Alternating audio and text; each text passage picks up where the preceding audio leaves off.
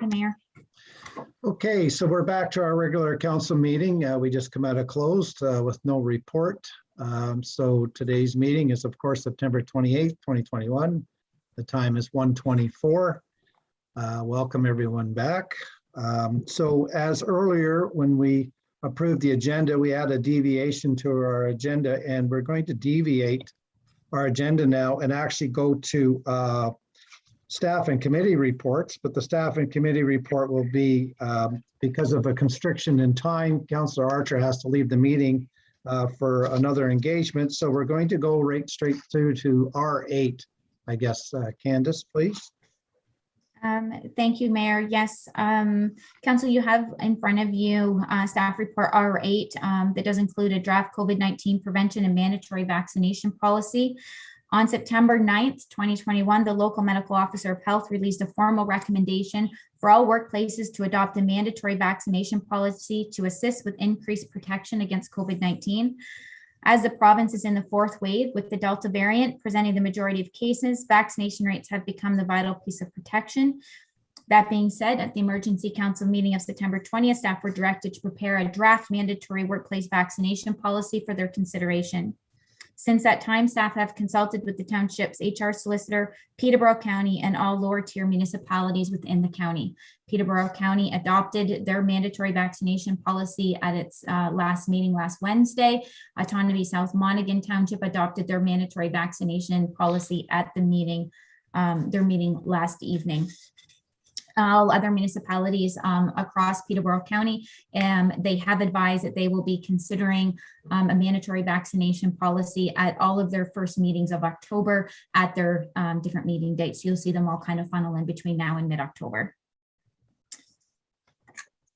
The draft policy that is presented to council today in your amended agenda package was drafted by the township's HR solicitor, taking into consideration all appropriate laws, including Occupational Health and Safety Act, the Human Rights Code, and all applicable privacy laws, obviously looking at the guidelines received from the Ontario government and Peterborough Public Health. It's important for council to realize that the exact impact on municipal staffing levels at this time is unknown. It'll become more clear if the policy is adopted today after October 1st, which is the first date in which each employee under the township has to advise of their vaccination status. The draft policy is in front of council. It does define the scope, definitions, and then I'll quickly go through the timelines. Friday, October 1st, all individuals must submit proof of vaccination to the Chief Administrative Officer. Friday, October 8th, individual who are required to complete a vaccine education module must provide proof of completing the module by this date. Monday, October 11th, beginning on this date, all individuals who are not fully vaccinated, including anyone with incomplete vaccination documentation or whose vaccination status is unknown, will be required to undergo rapid antigen testing every 72 hours at a minimum. This includes individuals who have a valid human rights exemption. Then as of Monday, November 15th, individuals must provide proof that they're fully vaccinated or evidence of a valid human rights exemption that has been validated and approved by the township solicitor. Employees who miss this deadline will be placed on an unpaid leave of absence for 30 days until proof of compliance with the policy has been submitted.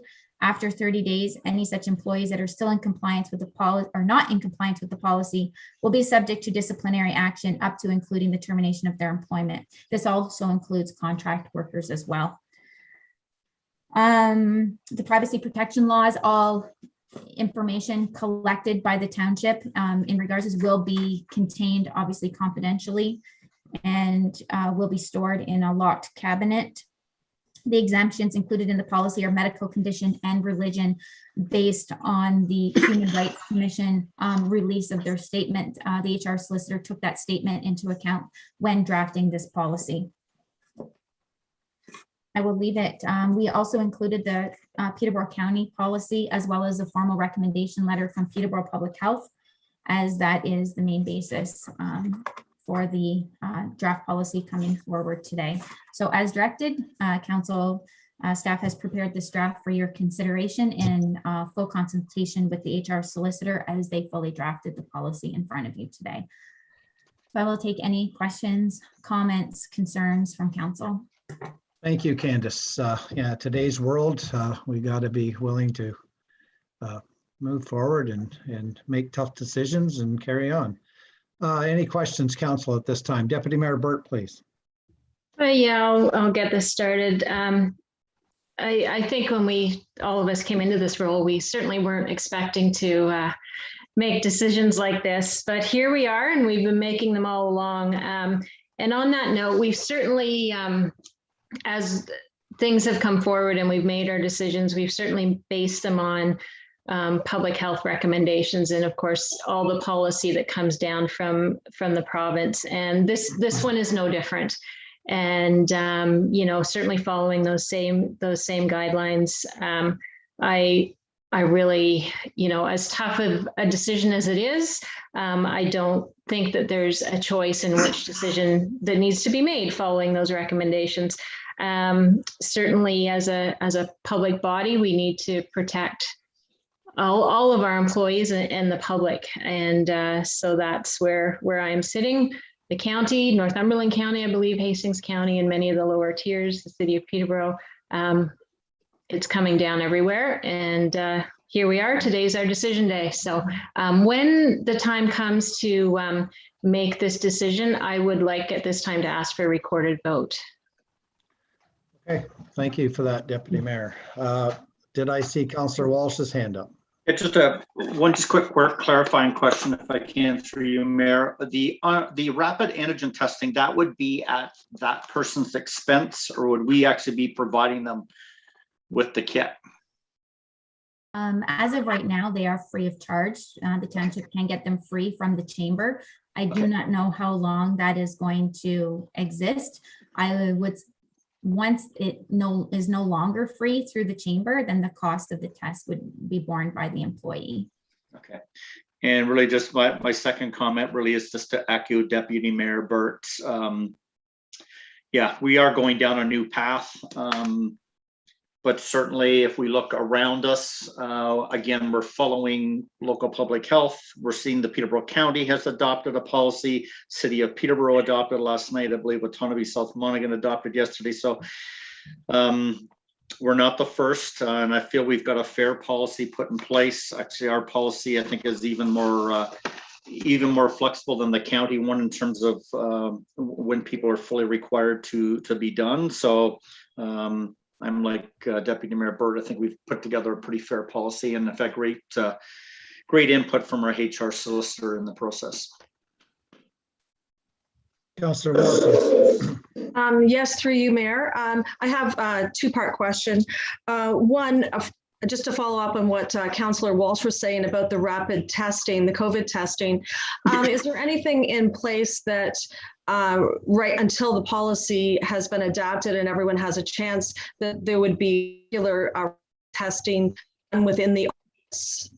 And the second question was, if there is anyone that may be a little hesitant for getting the vaccine, what kind of educational procedures are in place to be able to take time to do that educational component to ask any questions that they may have about vaccines? You broke up quite a bit there. If you could just do point blank on your first one, maybe turn your video off for a second and hit the first one just point blank though. Sorry about that, everyone. Yes, rural internet. I wanted to follow up on what Councillor Walsh was saying about the rapid testing that's available. Is there any, until everything becomes a policy, is there rapid testing that's been done in the office and amongst staff? No. Anything at this point in time, there's been no policy, so there is nothing mandated. Anyone that is doing that, they're doing it voluntarily and on their own accord. And I'm unaware of anyone that is doing that at this time. Okay, and the second part of the question was the educational component to encourage anyone that may have a vaccine hesitancy. If you could maybe clarify that, please. Yeah, so as part of the policy, there will be an educational program. I believe there is a video. We are pulling that information together right now to ensure it's comprehensive and as full of as much information as we can possibly put into a session, and the employee will be allowed to complete it on work time. Thanks for the answer. You're welcome. Any other questions at this time? All right, I just, basically anything I had in mind, it's already been covered, so thank you, council. Thank you, staff. Thank our lawyer, I guess, too. That'd be good. Anyways, I guess that then at this time, if there's no more discussion, I need a motion then to possibly accept this report for information, and that we adopt this report as the prevention and mandatory vaccination policy as presented. And someone asked for, Deputy Mayor Burt, you asked for a recorded vote, I believe. Yes, I did. So I can make that motion with a recorded vote, please. Okay, and a seconder, Councillor Archer, then, thank you. Candace, go ahead. Okay, so the motion is that the Council of the Township of Asphodel-Norwood accepts this report regarding the COVID-19 prevention and mandatory vaccination policy for information, and further that the Council of the Township of Asphodel-Norwood adopts the COVID-19 prevention and mandatory vaccination policy as presented. Deputy Mayor Burt. Yes. Councillor Walsh, Yes. Councillor War, Yes. Councillor Archer, Yes. Mayor Bonneau. Yes. Motion is carried. Okay, thank you. And Councillor Archer, you said you had to go. Yes, I do. All right, sir. Thank you for being Yes, part of thank this you. with us. For sure. Thank you very much. All right, just for the record, he's leaving at 1:36 then. Thank you. Okay, back to onto the agenda still. Then since we've deviated a little bit, we're going then back to R1, I guess. And that would be Peter Deshane, our Manager of Public Works and Environmental Services. And this report is regarding our 2021 capital projects status update. Peter, the floor is yours and you're muted, sir. There you go. Thank you, Mayor, and through you, Mayor, to Council. I'll start with the transfer station bridge project. So the work was completed by August 20th with the bridge installed, and we opened the transfer station back up to normal operating hours on August 21st. So we only had the transfer station closed for a couple of days there that week, so it went really well. The project is, however, though, over budget by approximately $18,000, and that was from the transportation and environmental services budget for 2021, and that's a 50-50 split, and that'll be funded by the capital reserves. And just also to note that $10,000 was over. It was over by $10,000, which was originally reported to council, and that was due to additional rock protection required around the slopes, around the abutments and that sort of thing. So moving on to Centerline Road, surface preparation began on August 23rd, 2021. And then the first section of road was paved from County Road 45 to the 6th line on August 19th and 20th. And then the remaining 4 kilometers was paved between the 6th line and the 3rd line on September 15th and 16th. The contractor came to us with a proposal to use recycled asphalt for the shouldering in lieu of granular A. Typically, this would have an added cost to the project. The contractor agreed to supply and place it for the same price. They also requested that the township supply a truck to apply the recycled asphalt by using the sander apparatus. So the township, along with the consulting engineer, reviewed the request, and we agreed that it's a superior product and have proceeded with installing recycled asphalt on the shoulders.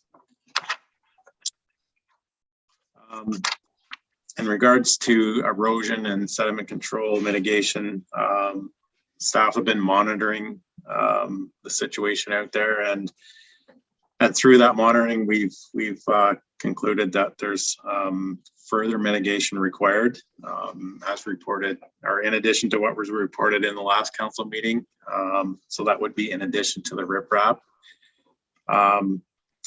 And we'll complete that work with our own forces once the contractor has demobilized from site. And we'll provide a full report detailing the final costs once we get all the information gathered. We also are working with the consulting engineer to review any requirements for guide rail on the project, as that wasn't included in part of the design. So the engineering consultant is looking at that, and we will also provide a report to council with the recommendations and costs once we have all of those gathered. We will make efforts to keep the project within the allotted budget. However, priority will be given to safety and erosion and control mitigation measures. I just also wanted to note that the hydro pole between the 8th line and County Road 45 that is adjacent to the edge of asphalt, we are aware of it. And we are working with Hydro One to get it relocated. We don't have a schedule at this time, but we are working with them to get it done, and we're hoping that it'll be done by the end of 2021.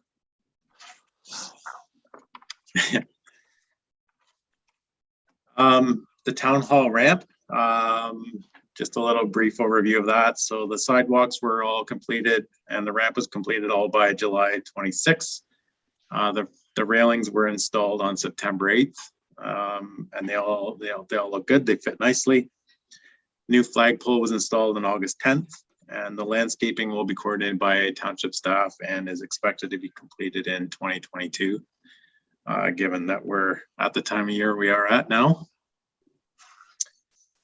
The library, the new concrete surface was placed on August 20th with the landscaping completed by August 23rd. So the contractor demobilized. The covered structure was installed on August 30th. The furniture was installed by township staff on September 13th and 14th. We think it looks pretty good down there, and I see there is a lot of people using it. Yeah. Exterior painting is currently underway and is expected to be completed by October 1st. And we are waiting on quotes from contractors to install a new exterior door. So once those have been finalized and received, depending on the outcome of that may move forward. The offsite sanitary project, nothing really much has changed since the last meeting, other than we are continuing with efforts to move the project ahead, and we want to move it ahead in the most cost-effective and efficient manner. Construction fence has been installed. I don't know if everyone's noticed that or not, and we are expecting the equipment to move in this week, with hopes that excavation will start late this week or early next week.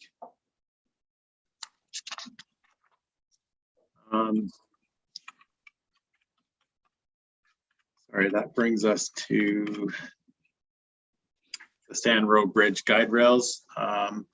We've postponed the installation of those in hopes that we'll be able to coordinate that with the center line guide rail if when we get that report back, just to save a mobilization cost, and hopefully it'll be done more efficiently that way as well.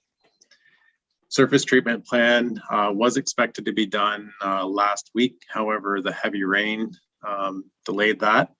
So we are expecting them to arrive either this week or next week to finish that up. And that would be Birdsall and the boundary from Cameron Line to the 5th line. And our new excavator, we're hoping to receive by the end of October. And if anything changes there, we'll update you with that. And I think, oh, sorry, the water tank. We did finally receive our new water tank and we actually picked it up there on August 31st, and we put it right to work the next day, and it's been working very well. And that concludes my report. Thank you, Peter. Council, any questions on this update? Okay, Councillor Walsh, please. Yeah, just one through you, Mayor. Thank you very much, Peter. This is a great update. Just the one around the center line and the guardrails.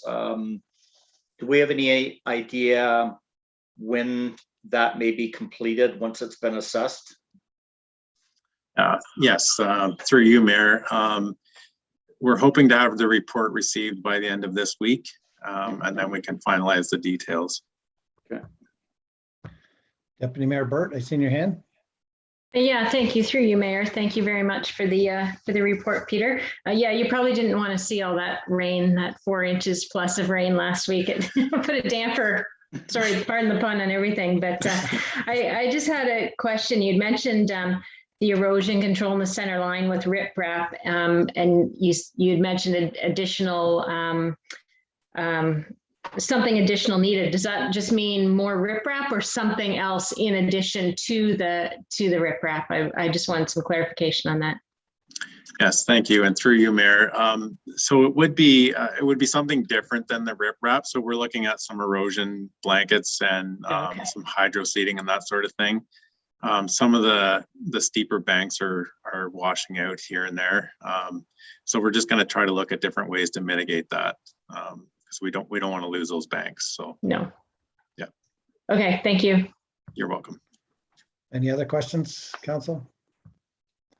All right, I just have a couple comments. I was laughing about the telephone pole there, Peter, because we may not have to have hydro move it. Somebody may move it for us. That's just that may happen, and I hope nobody gets hurt because of it. That's for sure. And the other thing is, welcome to the township. I mean, you've been quite busy since you've been here, and I think busy makes you happy, I think, by the looks of it. So that's a good thing too. So the other thing I want to say about like you listen to different people in the rural areas talking about they want their roads tarred and chipped, or they want them paved, or one thing after another. But Peter, just a question. When you go to do something like that on a road, do we not have to basically prove to ourselves that, like with the ditching that's involved and one thing after another, that we can prove to ourselves that that road's not going to end up with a bunch of potholes? We have to kind of make sure we can get rid of the water first before we actually do any treatment to a road, to say, like, let's not waste our time on it? Yes, thank you, Mayor. That is probably the most important factor when we look at roads is drainage. Without drainage, you are going to end up with potholes and premature surface defects for sure. So yeah, that's a very important factor, and we will be looking at those at drainage moving forward on any roads that we that are up a candidate for resurfacing or rebuilding. Yeah, thanks for that. But just for information, if people are watching and they pass it around, like, how long would we actually possibly, and I don't want to put you on the spot, but like, if we were to ditch a road, like, would we wait, say, 2 years, we'd be grading it, maybe 3 years, just to prove to ourselves that that road could sustain a harder surface other than just a gravel with the grader going over it? It really depends. I have noticed on Centerline Road, for example, as soon as the ditching was completed on Centerline Road, the road changed immediately. The soft spots disappeared, and it became a very sustainable road from that point forward. So it really depends. I mean, if there was an area in question, I would certainly wait to make sure that we've cured the problem before we move forward with a final surface. Because it is expensive, and we certainly don't want to be having premature surface defects because of a drainage issue. So certainly, if there was an area of concern, we would want to monitor that before moving ahead.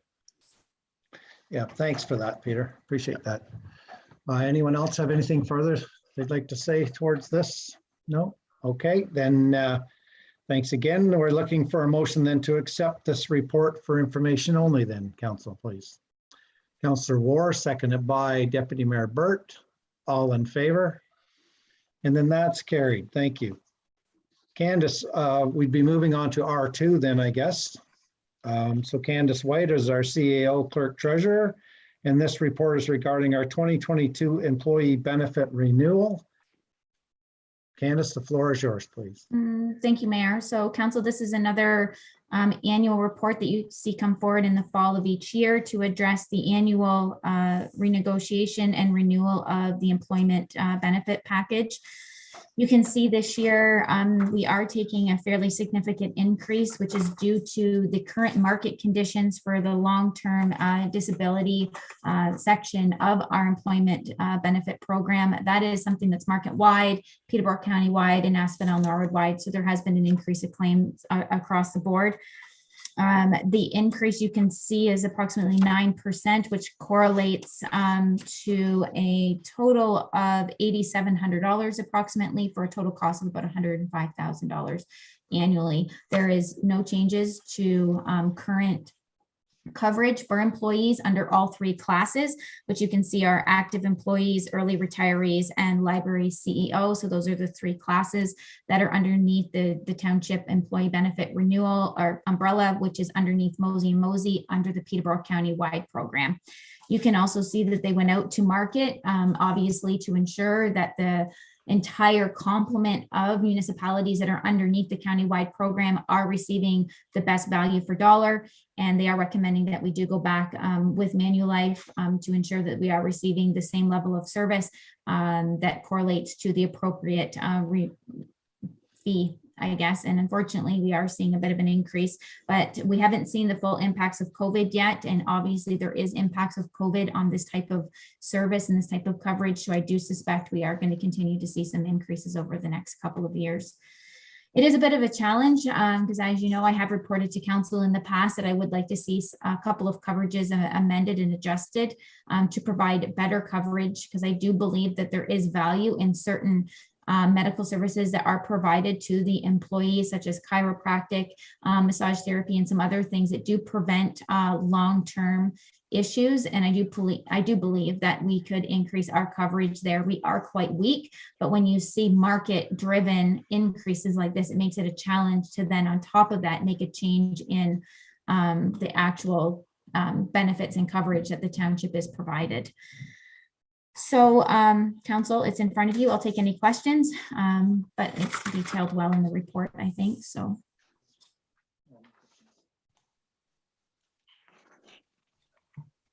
Any questions of council? All right, seeing no hands, then the recommendation is there before you that we accept this as presented and in the amount of $105,665. You say it fast, it doesn't sound as much. Councillor Walsh has made the motion, seconded by Councillor War. All in favor? Then that's carried. Thank you. So keeping in mind that we have a public meeting coming up at 2 o'clock, we still have a few minutes.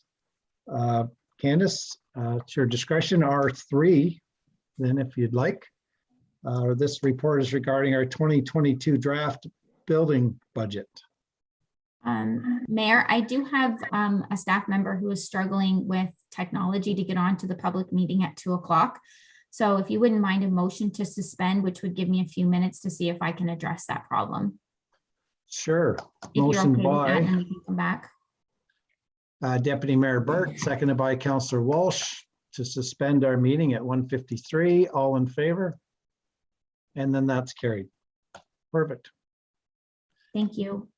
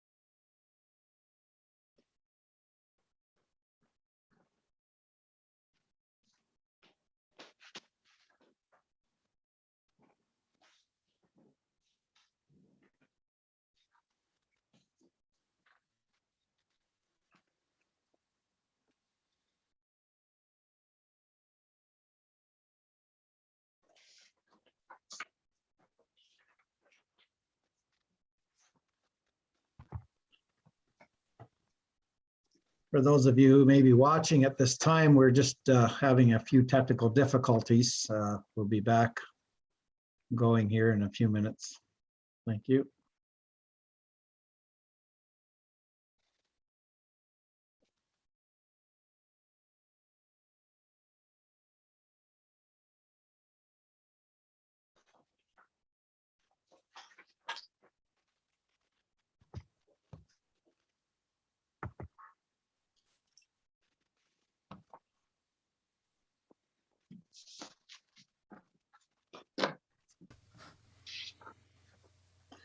We're Hello, on YouTube. gentlemen. Hi, Warden. We're just having a few technical difficulties on our end here. We'll be with you in a few minutes here. Okay.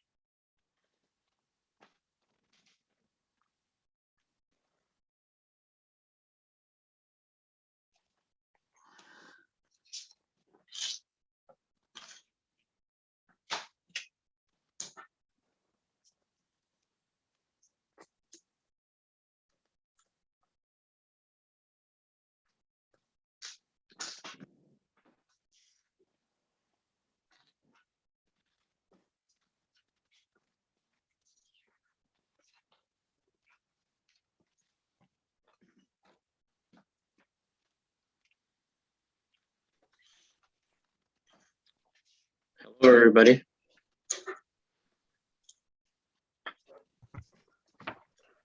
Hi, Ed. We just suspended our council meeting here just to get some technical difficulties out of the way. So we'll be starting the meeting again here shortly. Okay.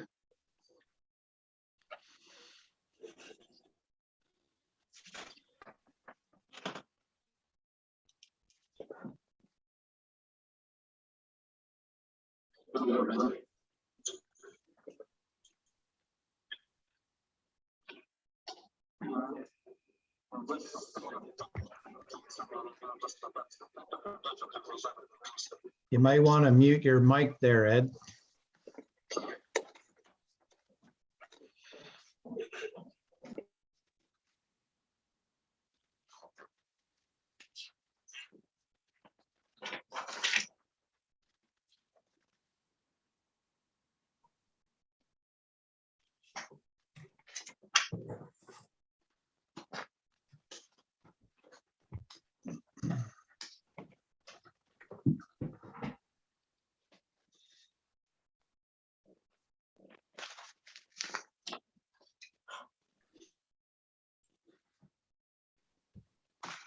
Okay, everybody's coming back online here. It's going to be almost 2 o'clock, so we'll just wait till my checker ticks down to 2, and then we'll start our public meeting. I guess we had a suspension in our meeting there, Candace. Would we need a motion then to reconvene, or we just Motion carry to on? enter into public is fine. Okay, then I'll take a motion to enter into our public meeting for today, September 28th, 2021 at 2 p.m. Motioned by Councillor War, seconded by Councillor Walsh. All in favor? And then that's carried. So our public meeting today has got to do with, let me see, in accordance with sections 22 and 34 of the Planning Act, RSO 1990, as amended, to consider an official plan amendment application and a zoning bylaw amendment application today. That's the reason for our public meeting. So at this time, I want to welcome everyone. We have some special guests with us today. We have Warden Jones. He's sitting in as a representative county for planning. And of course, we have Keziah Holden there with us, and she's one of the top people at the county for planning too. So welcome guests. Welcome to those of you who maybe have tuned in with us via YouTube or on the recorded version. And of course, welcome staff and council to this meeting. I'm asking council at this time if there's any declaration of pecuniary interest. Seeing no hands then, I'm asking then for a motion then to approve the agenda as amended, then please. Deputy Mayor Burt, seconded by Councillor War, all in favor? And then that's carried. Thank you. So now the notification is for the official plan amendment, 158 Albine Street. And I'll leave the floor open. Who would like to do the speaking on this one? Keziah, go ahead, please. The floor is yours. Yes, thank you. Through you, Mr. Mayor. Mr. The warden, he's here as our planning representative from County Council. Oh dear. I think I might have had some video failure. That's okay. We know what you look like. Okay. I can still hear you. I have message screen. Yeah, so today's public meeting is being held to consider an application to the amend the county official plan, the local component specifically. The County of Peterborough is the approval authority for amendments to the local component. The OPA will ultimately go to County Council for a decision, and I'm with you today to provide you with information on this official plan amendment, the processing of the application that's been done to date, and what's going to happen going forward, and also to solicit public input on the application. So in accordance with Planning Act requirements, notice of application and public meeting was circulated directly to all public agencies. Notice was also provided in the Peterborough Examiner and has been posted on the county and township websites along with a full copy of the draft amendment and supporting documentation. If anyone tuning in today's public meeting wishes to be notified when the OPA will go to County Council or would like to receive notice of decision for this application, then I would ask that they submit a written request to myself at the county.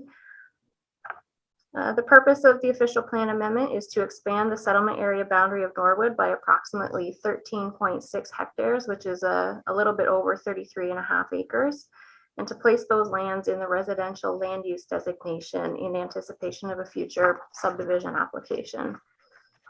The lands are located in part of lots 18 and 19, concession 8, Asphodel-Norwood, and are located at the end of Albine Street, immediately west of phase 3 of the Norwood Park subdivision.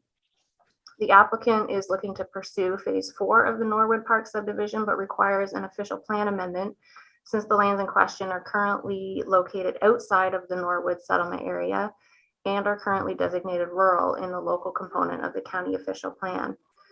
So it's important to note that the county has not received an application for a plan of subdivision at this point, nor has the township received a zoning amendment application. At this time, we're currently only considering the official plan amendment in anticipation of these related applications coming in at a future date. So once the plan of subdivision and zoning applications are received by the county and the township respectively, then they will be reviewed and circulated in accordance with the act. And a separate public meeting will be held to deal with those applications specifically. In regards to the official plan amendment before us, section 2285 of the provincial growth plan boundary expansion in advance of a municipal comprehensive review, allowing an expansion up to a maximum of 40 hectares. So at this time, the applicant is seeking to pre-designate the lands under this policy environment. In support of the OPA, the applicant has provided a planning justification report, which was prepared by EcoView Consulting, and a due diligence review prepared by Engage Engineering, which gives a preliminary opinion on the feasibility of water, sewer, stormwater, and utility services. County staff, as part of our report to County Council, will review and provide comment on the planning justification report and ensure that the application complies with growth plan, provincial policy, and county OP policies. The engineering due diligence report was provided to the Township and Conservation Authority, And the Conservation Authority has indicated that they have no objection to the proposed settlement area expansion, but they have provided a number of comments relating to stormwater management and natural heritage that will require further study and justification at the time of subdivision application. So the results of those studies and further review by the Conservation Authority may result in future constraints being placed on the property. That was made very clear in their comments.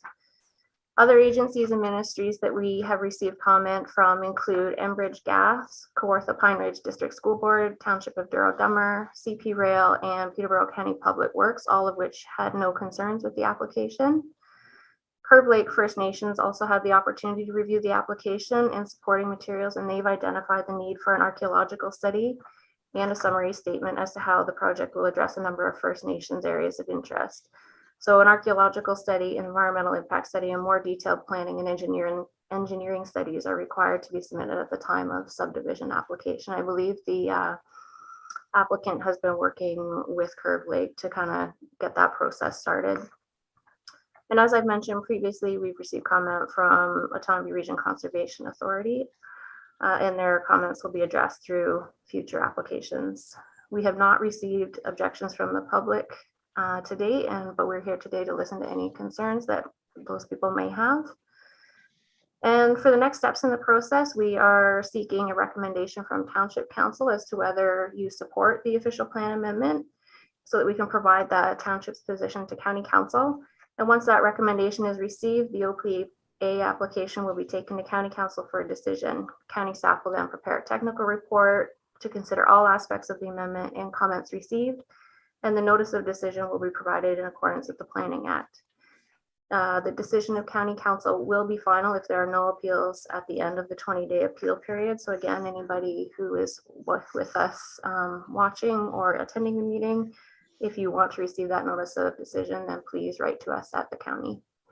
So that concludes my presentation, but I'm here to answer questions if council has any. Okay, thank you, Keziah. Candace, should we read the meeting record then now? So looking for questions from council. Anyone have any questions or concerns then, please? Okay, Deputy Mayor Burt, please. Thank you, through you, Mayor. Thank you, Keziah, for going through that. It makes it so much easier when you go through it step by step, and we can read along. I don't really have any questions, just you had mentioned if you get the approval from our council today to support and recommend for the official planning amendment, then it goes to county for the final decision. What's the timeline on that approximately? So if you provide us with your support today, it could, I'd have to look at the county council calendar, but it could possibly go to the last meeting in October if everything goes smoothly. Okay, thank you. Okay, any other questions? Councillor Walsh, please. Yeah, through you, Mayor. Again, thank Keziah for a great presentation. Just the Orca concerns and Curve Lake requests, are those just regular standard requests that they're not sort of new to this application? Yes, through you, Mayor. So the Orca concerns were, I would say they were fairly standard concerns to be brought forward for a plan of subdivision application. And I think this is kind of a unique circumstance in that the official plan amendment is coming in advance of the subdivision application, where typically you would get all three, like the zoning, the OPA, and the subdivision all at once. But in this case, they're kind of broken up. So the Orca concerns would be a very standard thing to look into for a plan of subdivision, as are the Curve Lake comments. Okay, thank you very much. Thank you. Anyone else? Councillor War, you're the last councillor on the list here. Any comments or concerns, questions? Yes, through you, Mayor. For the Conservation Authority's concerns, what would be an example of a heritage feature that they would be concerned about?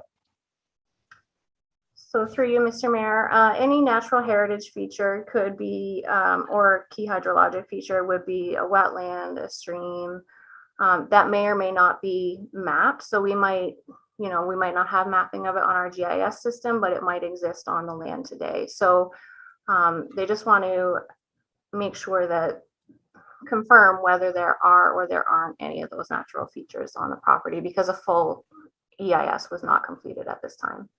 Okay, thank you. All right, no other questions then? Then I'm looking to ask the clerk, is there anyone there to speak in favor of this or anyone to speak against? Is there anyone online? You're muted, Candace. We do have, it looks like Mr. Randall, who is the planner from EcoView that represents the developer. He raised his hand. Just a moment, please.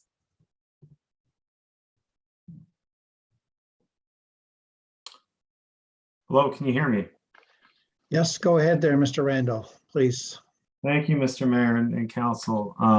Yes, I am the planner. It's Kent Randall from EcoView Consulting. I am the planner for the applicant, DPH Developments. I have really nothing else to add to Keziah's synopsis. She gave a good rundown of what's going on. Really, what this is a policy exercise.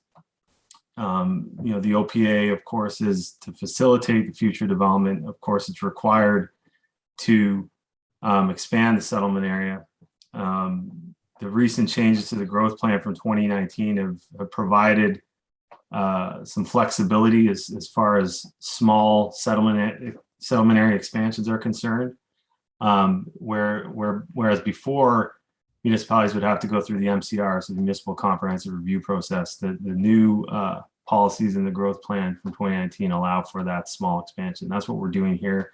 And really, as far as we're concerned, that's what that policy is really meant for. It's meant for kind of rounding out or you know, filling in areas or continuing on with previous development on the edges of settlement areas. And that's what we're providing for here. That's what we're proposing here. And as Keziah said, we'll have some technical studies. There will be another public meeting coming down at some point in a few months from now when we have all those studies ready. We've got the plan of subdivision and companion zoning bylaw amendment application into the township and county. So that's really all I have to say about the application, but I'm happy to answer any questions if council has them. Thank you. Thank you. Any questions of Mr. Randall? Council? All right, no questions. So I'll just ask twice and three times more if there's anyone else that's there to speak in favor. Seeing nothing, then I'll ask then if anyone is to speak against this application. And I'll ask three times, seeing none or hearing none. All right, Candace, I'll ask you for the recommendation then for council, please. Thank you, Mayor. That the Township of Asphodel-Norwood supports amendment number 65 to the official plan for the County of Peterborough as submitted, and further that the clerk be authorized to prepare the requisite declarations and forward along with a copy of the minutes of the public meeting to the County of Peterborough. Council, you heard the recommendation. Who wants to make that motion? Deputy Mayor Burt, seconded by Councillor War. All in favor? And that's carried. Okay, that ends part of our public meeting. Warden, I want to thank you very much for being here with us. I'm glad I could contribute so much. Thank you, Mr. Mayor. Well, it's normally, thank you, sir. That's all I'm going to say. And Keziah, thank you very much for being part of this with us. And Mr. Randall, thank you also, sir. Thank you. Much. All right, next on our agenda then with our public meeting then would be a report would be R1 and Ed Whitmore, our Chief Building Official Planning Coordinator, and this is regarding a zoning bylaw amendment, Zubla 07-2021/Crowley. Ed, the floor is yours, sir. Welcome aboard. I'm glad your technical difficulties have ended. Yeah, it's been a little crazy, but yes, they've ended. It was pretty squirrely there for the last few minutes, but everything is good now. I could hear everything 3 times. But anyways, okay, so we'll get right to this. The notification of complete application. and the notice of the public meeting concerning the proposed zoning bylaw amendment was provided in accordance with the Planning Act, RSO 1990, by first class mail to the property owners within 120 meters of the subject property. And that was within 120 meters of the entire farmland, not just of the little severed lot. Notification was also sent electronically to the applicable agencies and posted on the Township of Asphodel-Norwood website for the general public. Notification was also posted on the property. The overview of the proposed application, the zoning bylaw amendment ZBLA-07-2021 rezones the retained lands at 1627 Asphodel 8th line from the agricultural zone and environmental protection EP zone to the agricultural exception 1 zone, and that will prohibit residential uses in accordance with the approved conditions of the consent from the County of Peterborough Land Division. And that's file number B-31-21. That was the consent file. That's a requirement according to the provincial policy statements as well. So the amendment will also rezone the subject severed lands at 1627 Asphodel 8th line from the agricultural zone to a rural residential exception 14 zone. And this will allow a hobby farm. And there's no proposed changes to there's a tiny, very, very small portion of EP land at the tip of the property, and there's no change to that environmental protection zone. It is really small, like maybe 100 feet by 100 feet or so, thereabouts, but there's no change for that. Okay, so I'll go right to the background and the discussion. So the application for consent B31-21 LLF, the lawyers submitted that on behalf of John and Cynthia Crowley, and that was to create a new residential lot that was surplus to the farming operations and allow the conveyance of a parcel of land having frontage of about 134 meters and an area of approximately 1.776 hectares, thereabouts, a little over 4 acres, around 439 feet. So it'll be plus or minus those dimensions depending on how the survey comes in when they try to line it up with either fence lines or driveways or try to get a good distance away from all of those farm buildings that are on the site as well. So sometimes with the larger properties, it's a little bit harder to nail down the exact dimension of the site. It's not like it's a residential lot right in town. But anyways, so those are the approximate dimensions of your frontage. It's got lots of frontage, and it's a nice small hobby farm, over 4 acres, 4.38 acres. So our council recommended approval of the consent on May 11th, 2021. And we sent the municipal appraisal form into the county, and they approved the consent on September the 13th. So just a little while ago. We had all this zoning paperwork ready to go and started that process. That's how it's getting to us so fast right now, is that we just try to keep things moving along as quickly as possible. And so the purpose of the effect of the application, again, I'll read the same, the retained lands. Agricultural zone, environmental protection zone is going to go to agricultural exception 1 zone, prohibiting residential uses, and no change to the small portion of environmental protection zone. The zoning amendment, also the severed lands will go change from agricultural zone to rural residential exception 14 zone to allow a hobby farm. So the rezoning is required as the condition of consent from Peterborough Land Division. And it applies to the property known as 1627 Asphodel 8th line, municipal roll number 1501-010-004-15100. That's concession 8, and it's part lot 8 in the township of Asphodel-Norwood. relation to the strategic plan, we're achieving operational excellence. There's no financial implications at this time. And as far as the public engagement, we circulated this notice according to the Planning Act to all the people within 120 meters of the subject site and to all the agencies. When this letter was, when the report was written, we had no comments received from any of the people within the 120 meters that were circulated. And yesterday, I was made aware that we've had a Mr. Wistowski. He requested an invitation for this public meeting, and he abuts the property on the north. So he was given that invite as well. And as far as the comments from the agencies, I summed it up here. Orca had no concerns provided we continue to use the lands for agricultural purposes, and we're going to do that. This is what the zoning bylaw amendment does, being agricultural to prohibit residential uses on the retained, and a hobby farm on the rural residential lot. Kawartha Pine Ridge District School Board, no concerns. Enbridge Gas, no objections. And the County Public Works Department advised they had no comments. They just get circulated with all of our amendments, and it's not a county road, so that's why they didn't have any comments.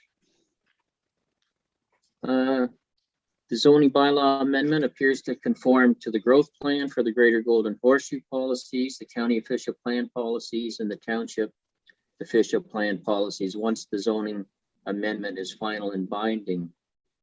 And I put a note in here that the zoning amendment, if it's passed today, there's a 20-day appeal period. And if no appeals are received by October 18th, 2021, the zoning amendment will be final and it'll be binding. And I've attached the notice of complete application and the notice of public meeting. That was a couple pages. That's what was sent to everybody. The notice, the zoning bylaw amendment application itself, you've got that as part of this package. And we should just read also the clause about persons or public, like the meeting record, if you would like me to read that too. Please, sir. Okay, so if a person or public body does not make oral submissions at a public meeting, at this public meeting, or make a written submission to the Township of Asphodel-Norwood before the bylaw is passed, the person or public body is not entitled to appeal the decision of the Township of Asphodel-Norwood to the Ontario Land Tribunal.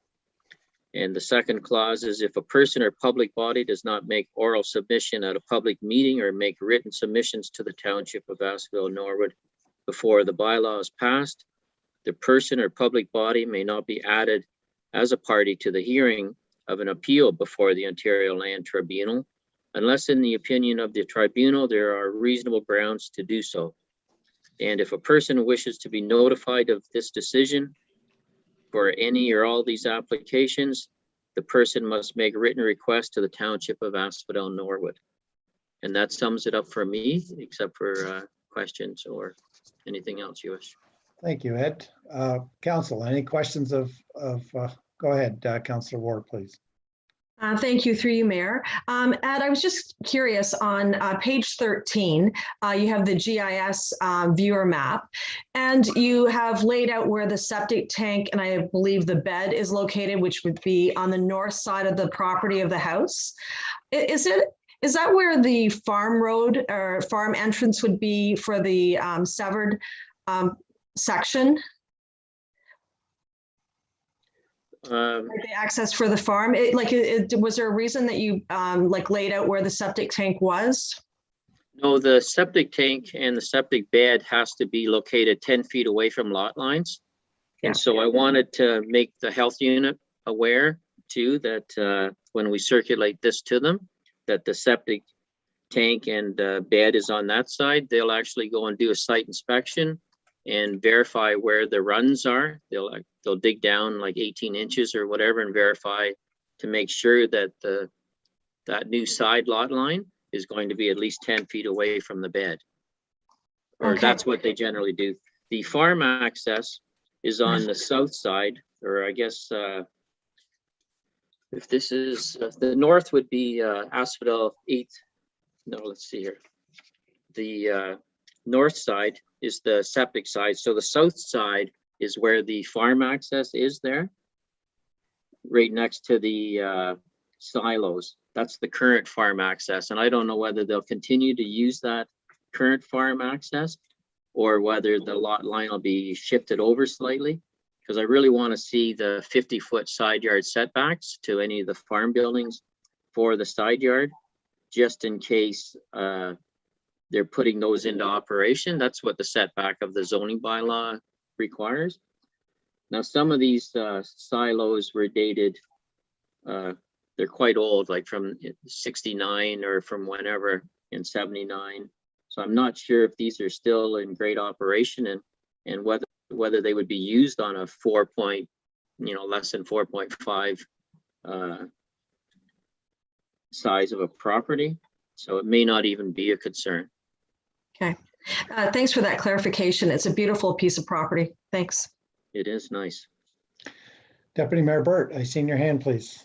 Yes, thank you, through you, Mayor. Ed, I just have a question, and it is a nice severed piece off the farm, and hopefully somebody can enjoy that piece of property. When you say it's going to be zoned rural residential as a hobby farm, do we would have definitions of a hobby farm? Like, is there a minimum acreage for a hobby farm, or the land classification, or how do we determine a hobby farm? I was just curious. Well, the hobby farms that we've had in the past through your mayor are of various sizes. Some of them are as small. Some of us, way back when Asphodel was Asphodel only, there was severances created, and they were not required to be zoned to change their zoning. So there's 1 acre lots that are zoned rural, or rural. There's 1 acre lots that would be agricultural, but the rural ones are the same as agricultural. So if somebody comes in with a 1 acre lot today and it's rural, agricultural uses are permitted on there. Of course, they're small scale because the property is just rural. It's not rural residential. When today, if we do a 1 acre lot, we would change it to rural residential, and you're not allowed chickens, and you're not allowed the rest of it, right? So there is no set number. It's whatever we allow as a municipality. So some farm, recently we've seen some, they're generally anywhere from 3.5 to 5.5 thereabouts. Sometimes I've seen a little bit bigger ones. Some are like 13 acres. The one just south on 45 here, I think that was around 5 acres or so. Okay, yeah, no, I just didn't know if there was a set definition from the province as to, minimum and maximum of a hobby farm. So obviously there isn't. Not that I'm aware of. So we try to make it so it suits the farm, like try to give them enough land that it's still a decent size for a small farm. And it allows us flexibility, I guess. And also, if they wanted to go, they actually wanted to go a little bit bigger, but because of Orca having concerns and they had to do the environmental impact study, it was better to stay 100 feet away from a seasonal swale that runs through there for drainage in order to make this better and keep everybody happier type of thing. Right. So that's why the lot is got a couple of little weird angles on it. Okay, thank you, Ed. You're welcome. Council, any other questions or concerns?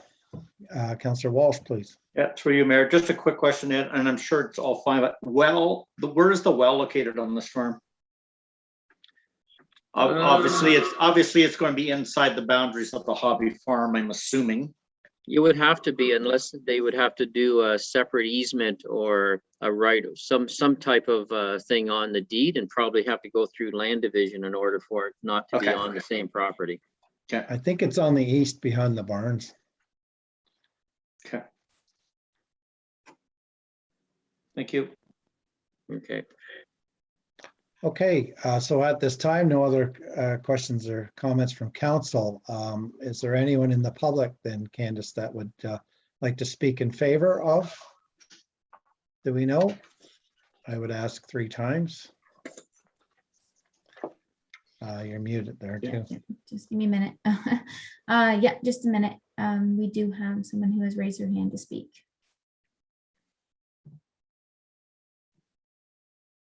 Hi, Will Wistowski here, neighbor of the Crawleys. I just have a question about a hobby farm. Is there a minimum size of acreage for animal units? And if so, what is that? I know some other jurisdictions you have to have a minimum of 5 acres to have a horse, for manure disposal, things like that. And I'm wondering if there's something similar in this case. Ed, that's a question for you. Okay.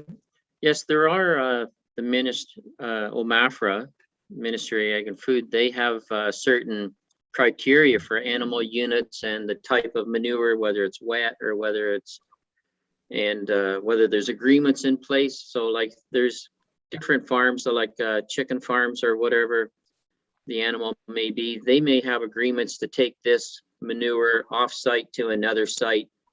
And it's a contract, and the ministry looks at that. They have to do nutrient management studies and comply with the nutrient management plans, and that's all done through OMAFRA as well.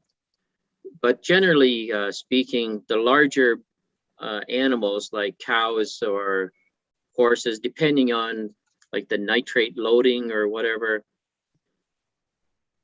you probably, I used to know it off the top of my head, but we don't rarely get into that very often.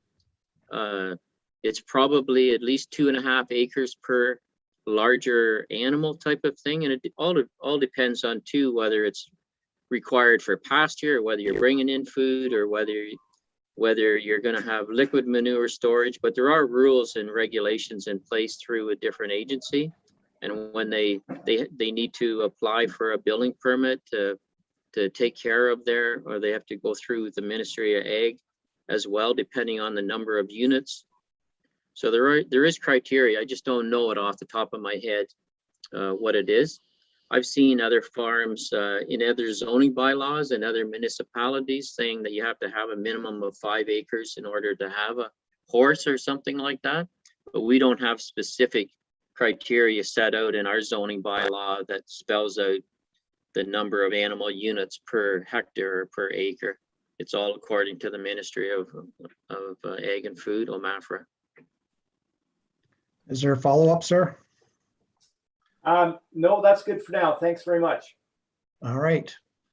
Now, I wasn't sure if that was in favor of or against, though. All right.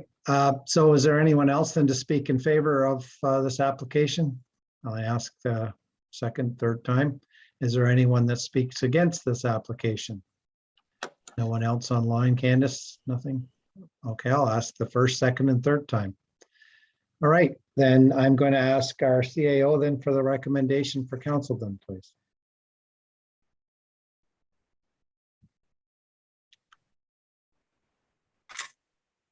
That the Council of the Township of Asphodel-Norwood accepts this report regarding ZBLA-07-2021 Crowley, and further that the Council of the Township of Asphodel-Norwood directs staff to prepare a bylaw that will rezone the severed lands to the rural residential exception 14 RR-14 zone and rezone the retained lands to agricultural exception 1A-1 zone and environmental protection EP zone. All right, motioned by Councillor Walsh, seconded by Councillor Ward. All in favor? And that's carried. Thank you.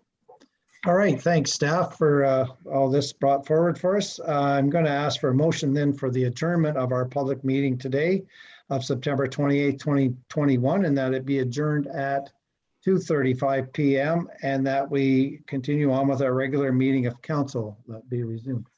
Candace, you had your hand up? No, I was just waiting to Ed. Okay, thank you. All right, motion by Deputy Mayor Burt, seconded by Councillor Walsh. All in favor?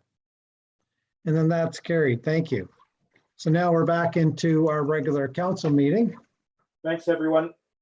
Thank you, sir. Bye for now. Bye. All right, we're on to our agenda, which would be where we left off would be R3, Candace White, our CAO clerk treasurer, and this is regarding our 2022 draft building budget. Candace, the floor is yours, please. Thank you, Mayor. So as per the approved 2022 budget schedule that was approved by council in front of council today is the draft building budgets, which is the first of many to come over the next few meetings.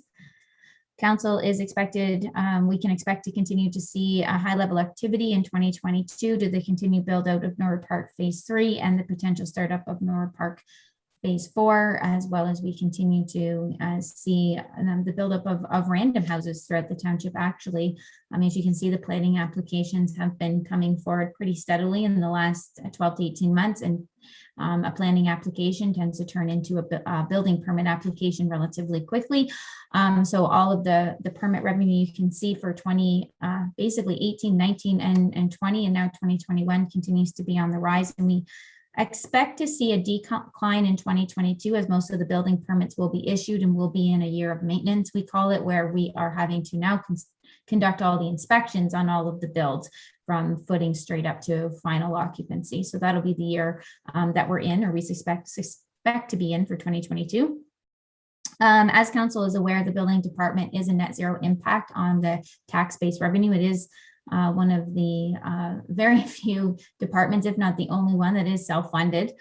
So all the revenues that come in do cover all of the costs associated for running the department, such as staff wages, computer expenses, software expenses, office supplies, payroll costs, et cetera, et cetera. So it is self-funded through the revenues received through the building department. Any surplus to the revenue after expenses have all been paid is allocated to reserve annually at the beginning of the following year. As council is aware of that exercise at hand, it is addressed in Q1, and we do the surplus allocation. So if we suspect that we're going to budget a deficit, which this year we are budgeting a deficit, then that deficit is covered with a transfer from the building department reserve to cover that operational deficit. We have planned for and have budgeted a deficit for the last few years, and obviously the building permit revenue continues to surprise, so it has offset any deficit and there hasn't had to be any allocation from reserves to date. That being said, we are anticipating that allocation in 2022, but obviously we'll have to see what comes forward and how quickly some planning applications come into play and when those building permit revenues start to come in. You can see a reallocation of wages continues. Obviously, as the building department continues to be busy, then we continue to allocate more wages to that department, which obviously helps offset the tax base. So you continue to see that moving forward, as well as the addition of the building and planning assistant. A good portion of that position wages is also allocated to the building department, which is not included in the tax base as well. So I think it's a pretty standard draft budget for the building department. I don't think there's any surprises there for council, but of course we'll take any questions. Yeah, we're going to be seeing a fair bit of this stuff coming forward, getting ready for our budget season here. So council, any questions or comments at this time on this? We'll be seeing it again, I'm sure. So, all right, seeing no questions at this time, then I'm looking for a motion then to receive this report for information only then, please. Councillor Walsh, seconded by Deputy Mayor Burt. All in favor? That's carried. Candace, we're able to deviate from on our agenda here. Did you want to go right to R9 while Seamus is here, and then he can carry on with his day, or do you want to? Sure. Yeah, I think R9 then. So Candace and Seamus McDougall, community safety plan. We'd like to have a discussion on that. Candace, the floor is yours, please. Thank you, Mayor. So we've been in operation for approximately 1 month at the community center. Obviously, this has been a document that council has seen many times since August 24th, as the province and the health unit continue to amend regulations. The township has had to adjust its safety plan and operational procedures in order to adjust. So I believe this is the fourth time that council is addressing the safety plan, but today we are addressing the potential increase to spectators at the community center. Township staff has not seen any huge issues during the first month of operations. The new recruits have trained and are comfortable with all procedures that are in place at the community center. As you are aware, due to provincial regulation, everyone entering, all spectators entering 12 and over are vaccinated and have to provide proof of being fully vaccinated, and as well as their masks, they have to stay 2 meters apart while they travel to their seats, and then once they're in their seats, they are able to sit a bit closer.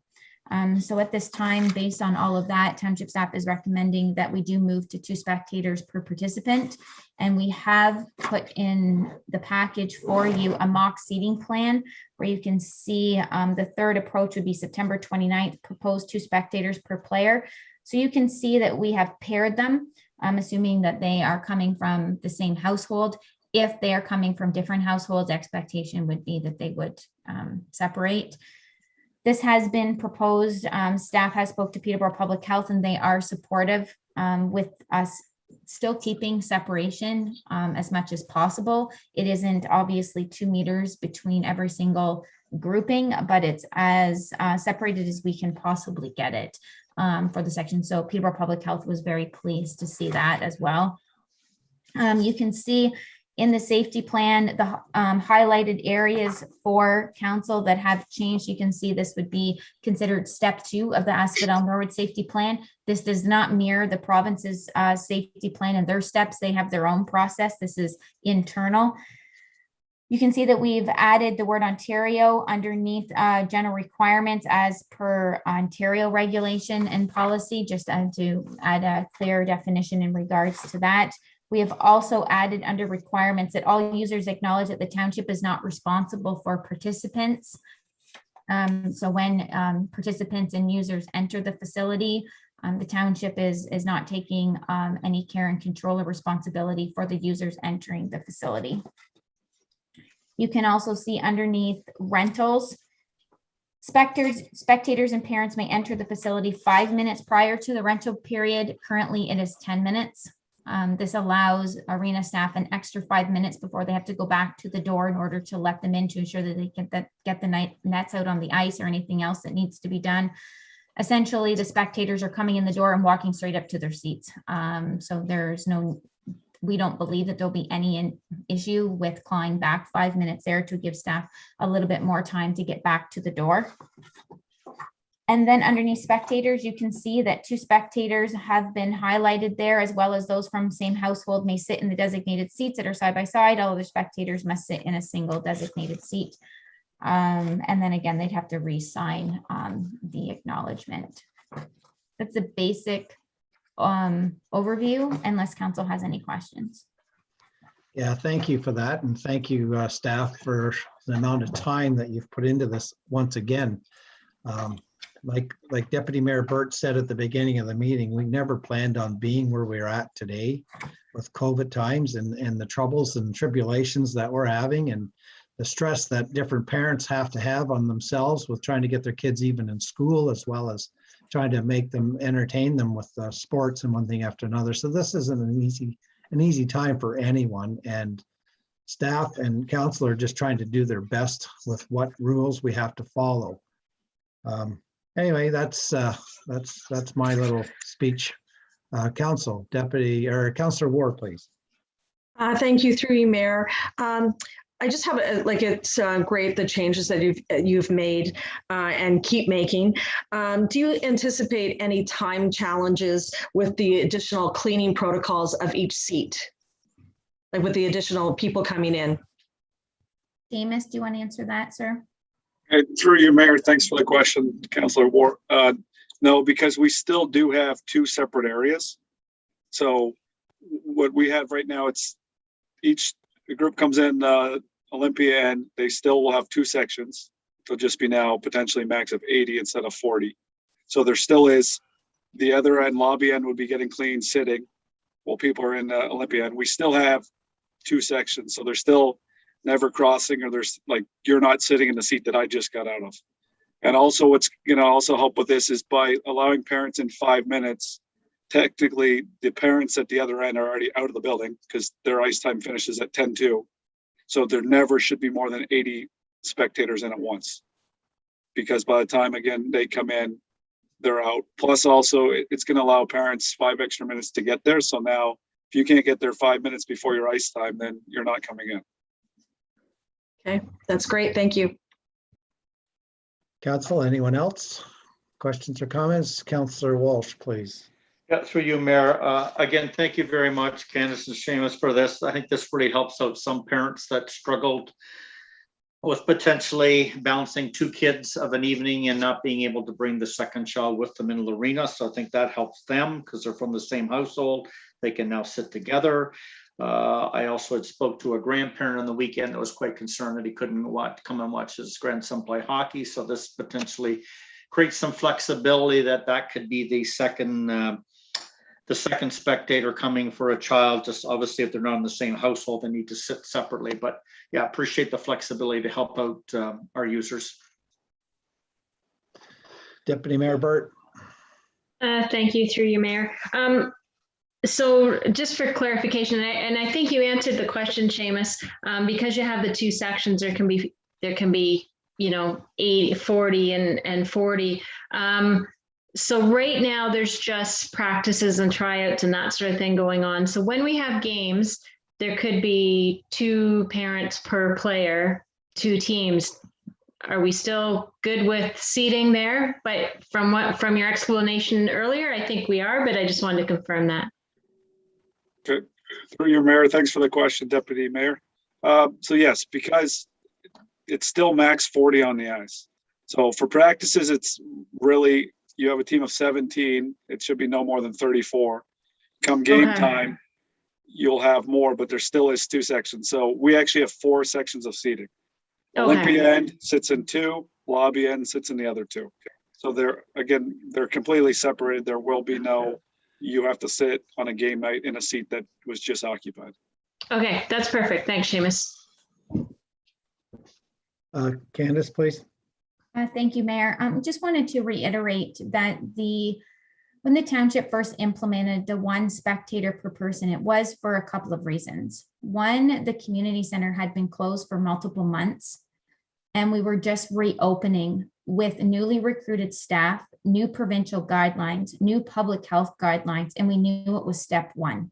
We knew it would potentially not remain in effect forever unless obviously the climate of the COVID pandemic changed. So now, due to operations and the fact that we have been open for 1 month and things have went relatively smoothly, I would like to thank the user groups of the community center for doing that to ensure that we do feel comfortable and confident as the owners of the facility to make the recommendation to council to move to 2 spectators. The liability is on us. We did not have that in place to create hardships for our families or our user groups. It was to ensure the safety of the community and to ensure that the staff out of the gate, when we're just opening after being closed for months, were able to address all of the concerns and issues and flow of traffic appropriately and in a safe manner. So we do believe that moving forward to the 2 spectators per player is going to be achievable. Our staff is ready to take it on, but I do ask the users of the facility to continue to understand that there is Ontario regulations still in effect. Those Ontario regulations include proof of vaccination and identification, contact tracing, and screening. Those are all still at play. And now there's all of that has to be done for 2 spectators with the same allotted time that was given, because we did have not adjust ice time and schedule, and that is back on the user. That will not be in the township. And at this time, the township is not prepared to adjust the ice schedule to accommodate due to the request for the increase to the number of spectators. So it is a fair bit more work to get done in the same period of time. So all of those steps still have to take place. Yeah, thank you, Candace. So basically, in a nutshell, it all depends on how everybody reacts, how the COVID numbers are with the public health, it just goes on and on and on. Right now, it's unfortunate, but staff have to have their head on a swivel, and then we have to be able to react at a moment's notice as council in order to try to keep the public safe and our township running smoothly in a professional manner. So Deputy Mayor Burt, you had your hand up, please. Yeah, I just wanted to comment on what Candace had said. Certainly, just her comment of doing this in steps and always evaluating. I think that's something we've done right from the start in every department. This is all new, and it's a constant reevaluation and, you know, looking at staff and how things are being handled. So that's not going to change as we go forward.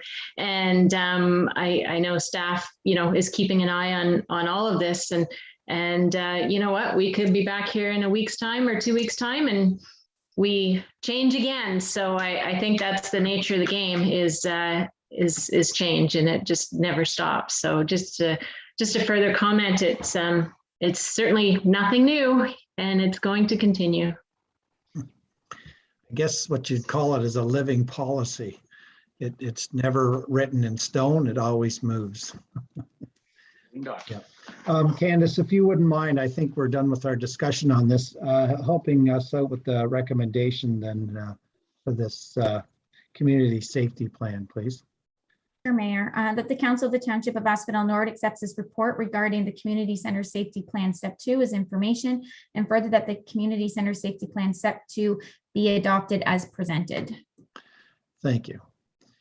Motioned by Councillor Walsh, seconded by Deputy Mayor Burt. Any other discussion on the motion? Seeing none, all in favor? That's carried.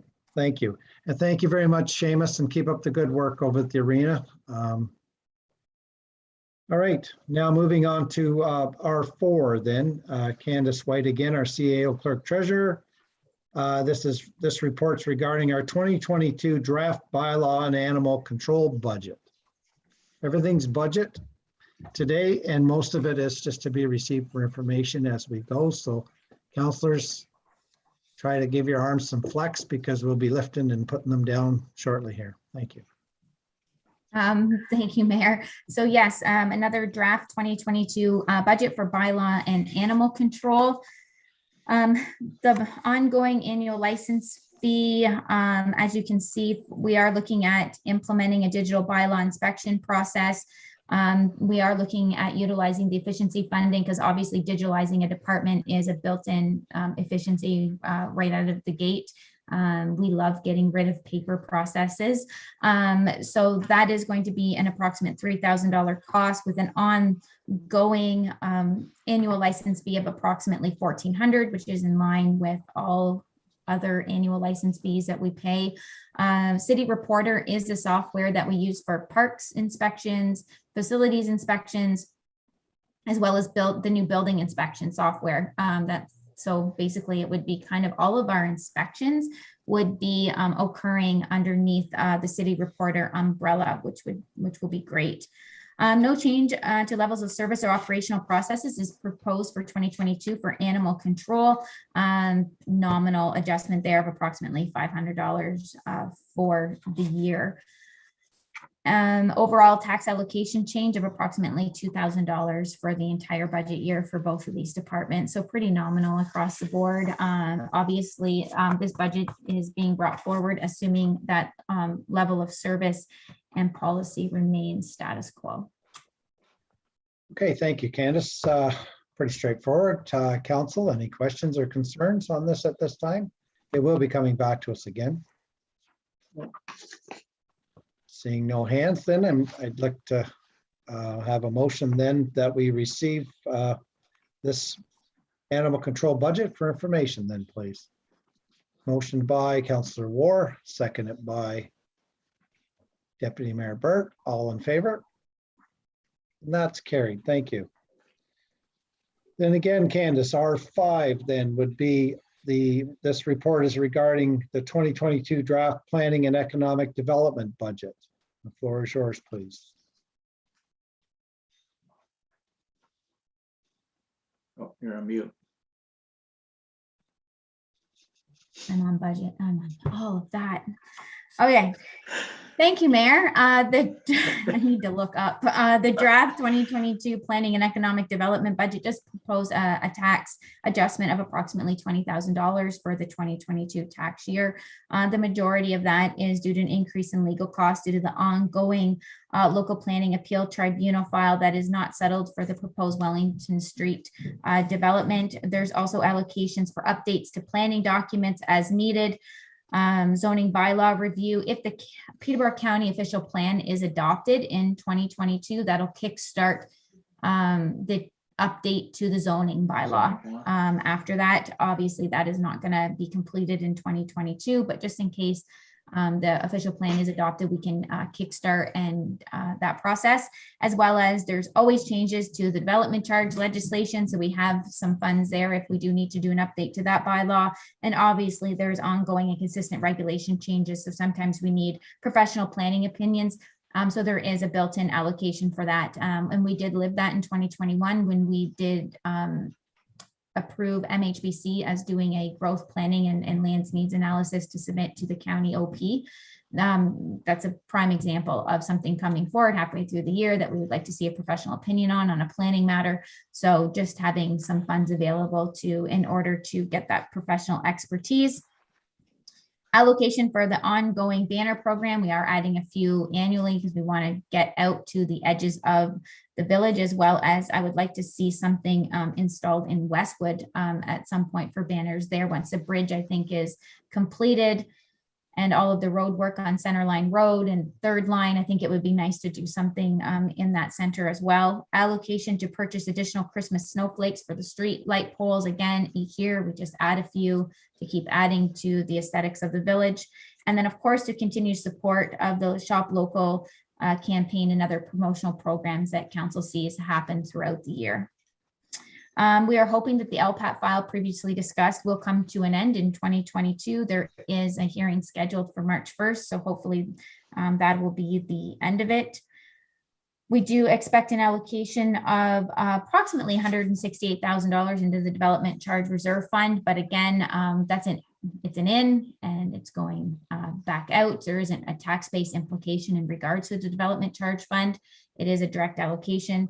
That being said, it could fluctuate based on the number of building permits that are issued and what building permits are issued that year. So it is just an estimate. But again, if it goes over or under, there's no direct impact to the budget. At this time, no reserve allocations are proposed, but again, that is subject to change based on when all of the township budgets come together as a whole and are presented to council as a draft. Depending on where we're going to hit with overall tax rate, you may see an adjustment there for reserves. I will leave it, council, with any questions. Council, any questions? All right, seeing no hands, then I'm looking for a motion then to accept this report for the 2022 draft planning and economic development budget for information only, please. Councillor Walsh, seconded by Councillor War. All in favor? And that's carried. Thank you. All right, R6 then, Candace, again, would be this report's regarding our 2022 draft administration budget, please.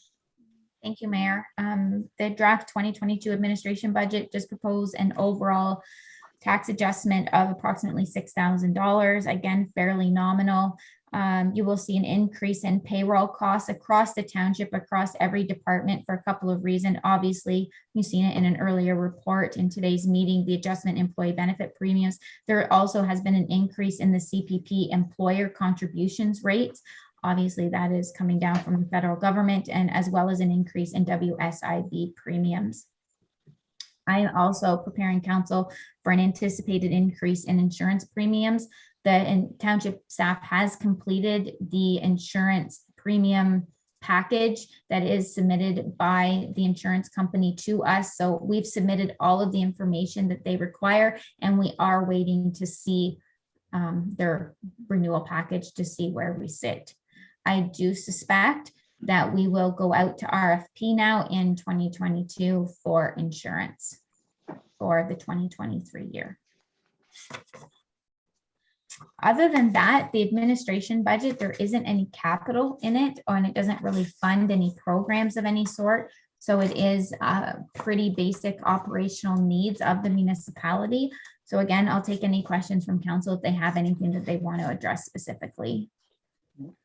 Any hands? Okay, Deputy Mayor Burt, please.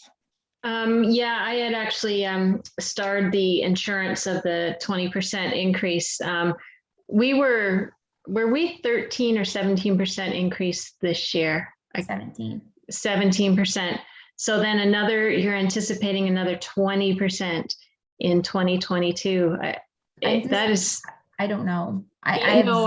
I have zero idea. I'm just putting it in there now, but I'm not going to be surprised if it's between 10 and 20. Wow, that's a hit, isn't it? It continues to be. It continues to be. And ultimately, how I've had it explained to me is Canada as a nation has changed. I guess there's a rating system for nations and countries in a natural disaster setting.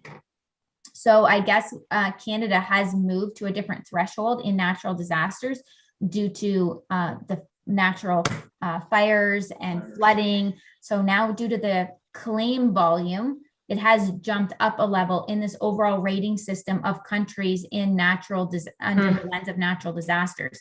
I don't profess to know everything about it, but that obviously isn't good news in regards to insurance premiums across the whole, because then obviously the level of risk and liability to insurers goes up. And as we know, municipalities carry a high risk just due to the type of operations and the level of operations that we put forward and the claims that come forward. They tend to be quite large. Also, what is happening is the pool of insurance companies that are willing to underwrite municipalities is getting smaller and smaller. So that's the whole supply demand analogy. It comes into play. So it is unfortunate. We can all hope that the provincial government is going to be able, or the federal government as a whole, they're going to be able to have to step in here at some point and provide some assistance, direction, policy, regulation in order to assist. But until then, this is our reality, and you'll get the renewal proposal in December. And obviously that is when we're slated to adopt our budget. So the final budget will include what the proposal is for insurance for the following year. So it will be exactly what it is. Right now, it's just a placeholder.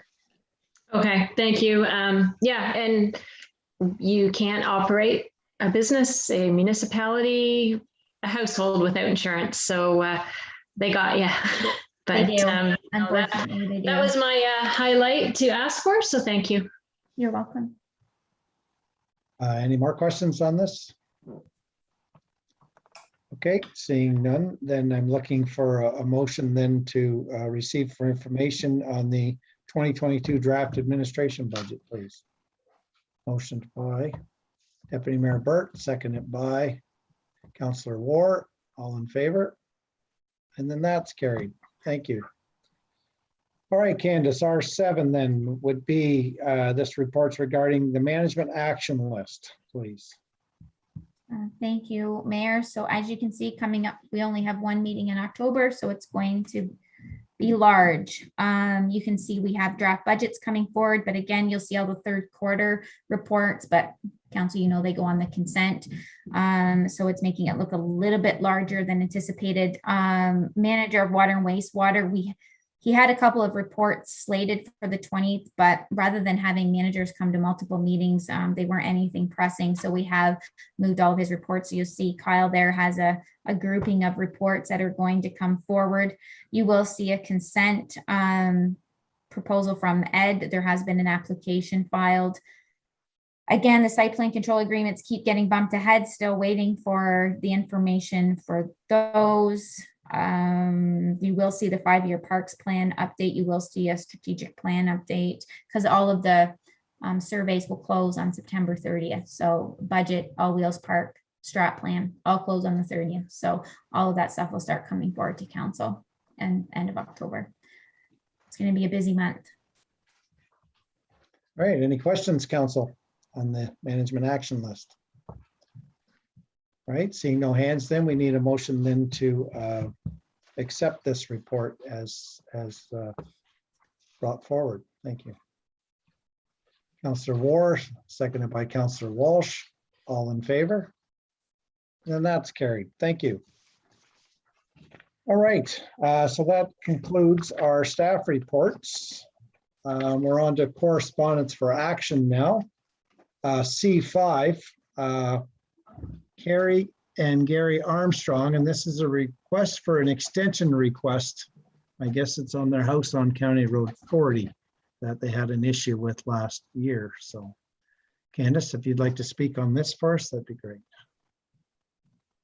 Okay, so the residents were previously given a deadline in order to have their temporary housing arrangements that are on the site.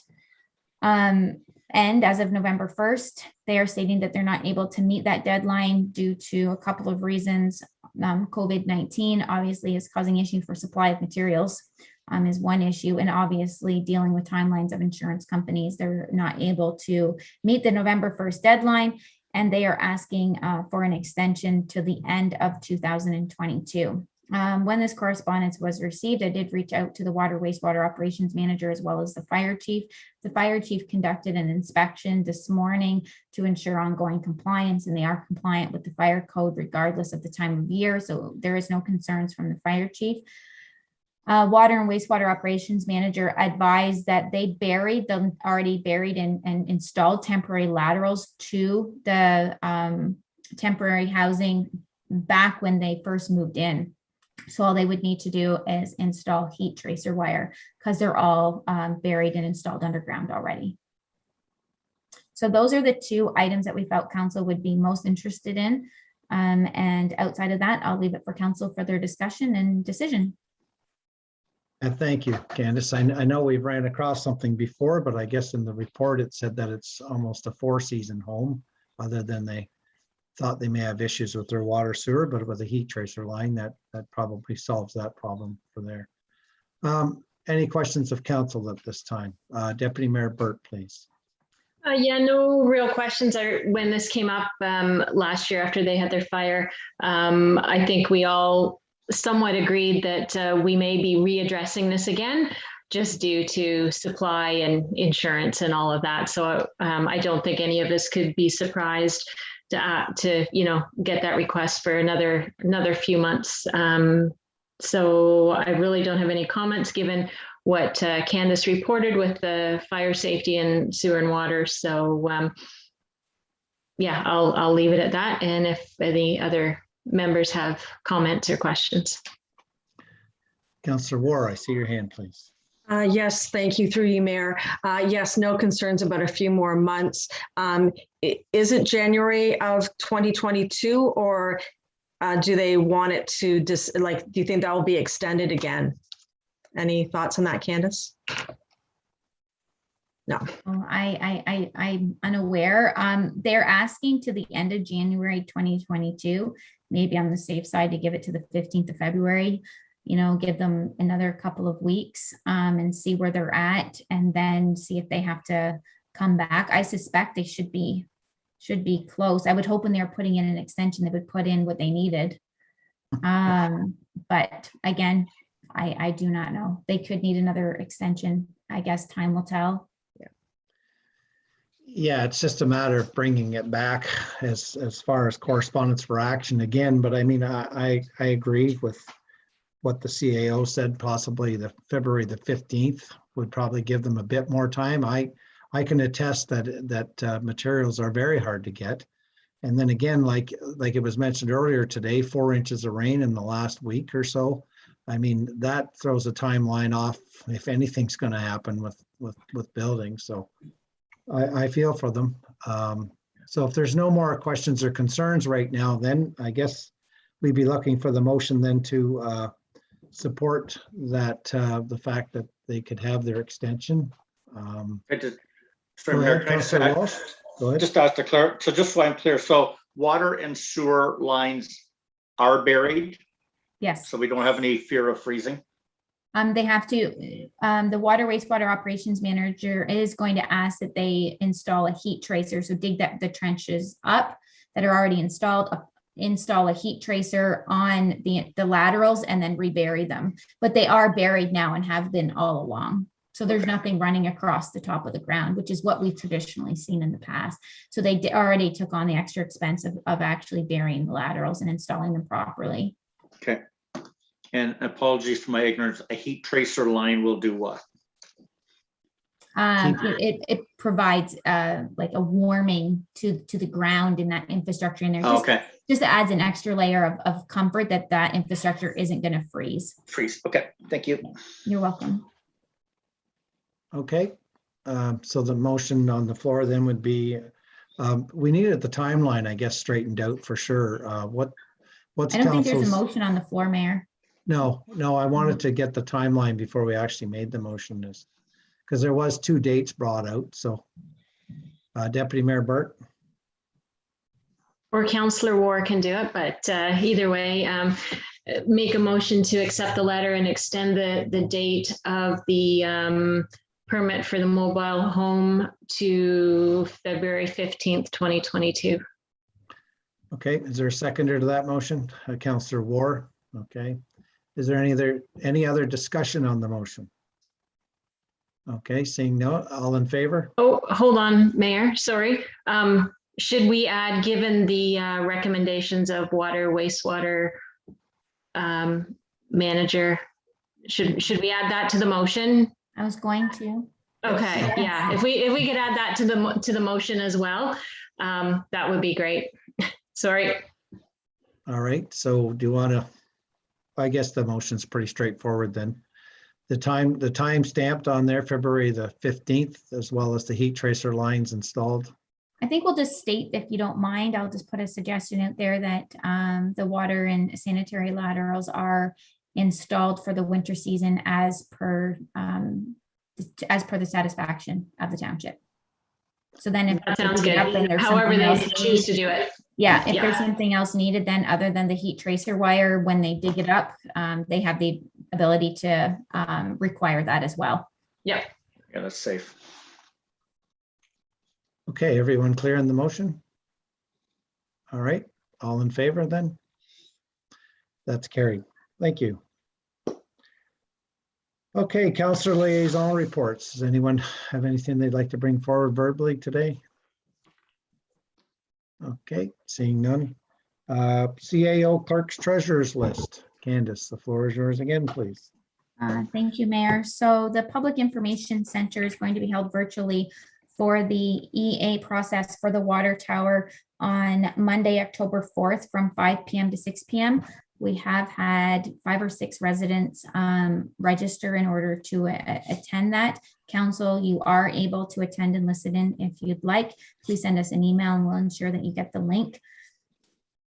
I was contacted by Mr. Doug Piercy, who is representing the Norwood Legion in regards to the possibility of installing memorial banners. I don't know if you've noticed them in Havelock and Hastings, veteran banners memorializing veterans that came from our township.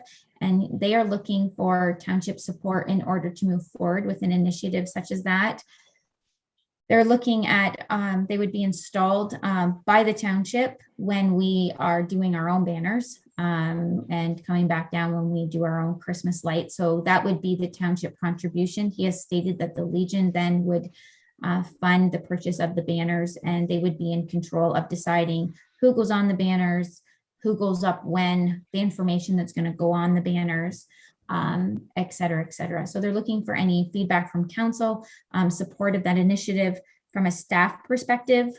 For what it's worth, I think it's a great addition to any community. Yep. Absolutely. Yeah.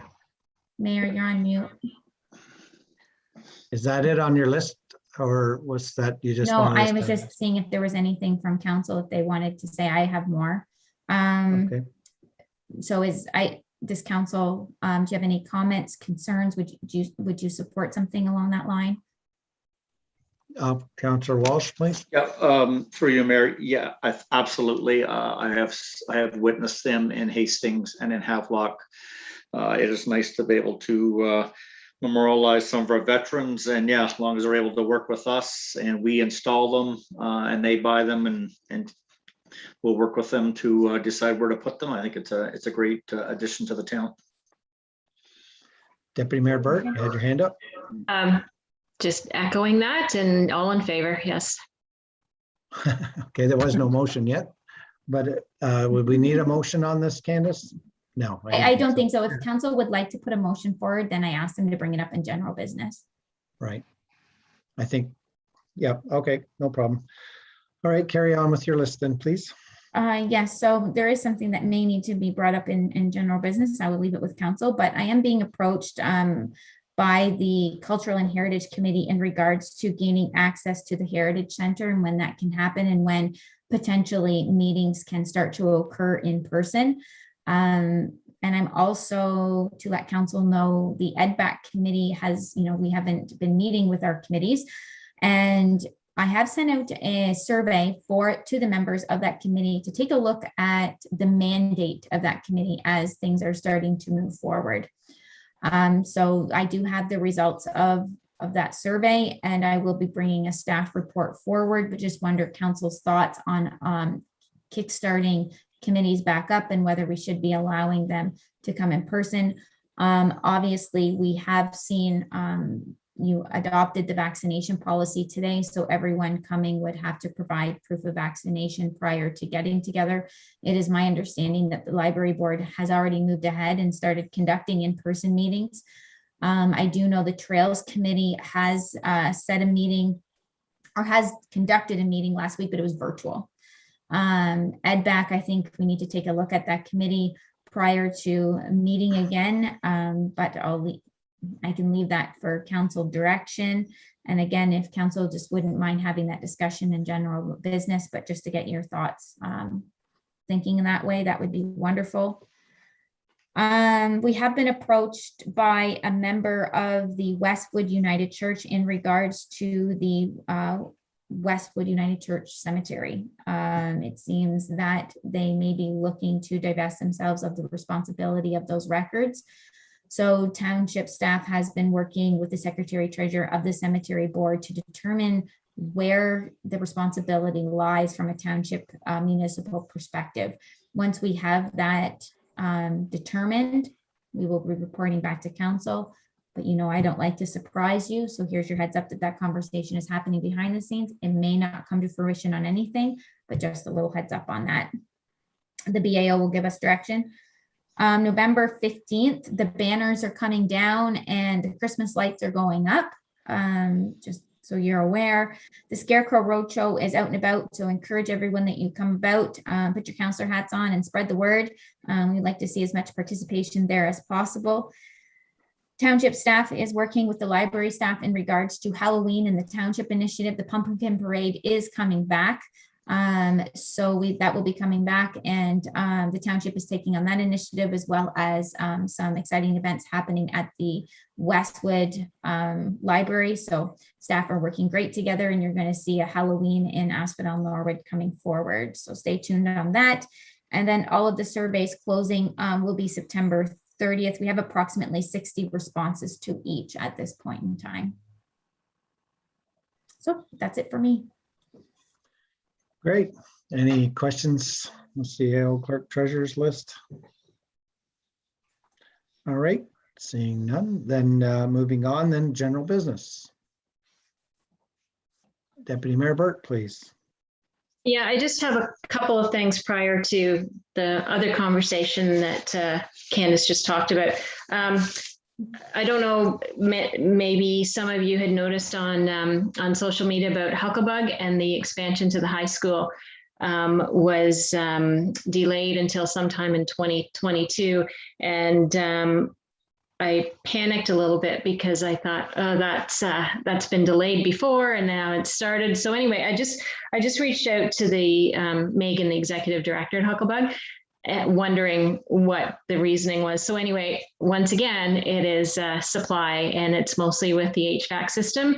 And because of all of that equipment went into schools and daycares, it's just supply right now. So hopefully they can get that moving. And so I just wanted to let everyone know, just in case you were being asked, that's the delay. It's not a governmental funding thing. That was my concern at the start. And then just another thing I wanted to let council aware of, and I spoke to Candace about this a couple weeks ago.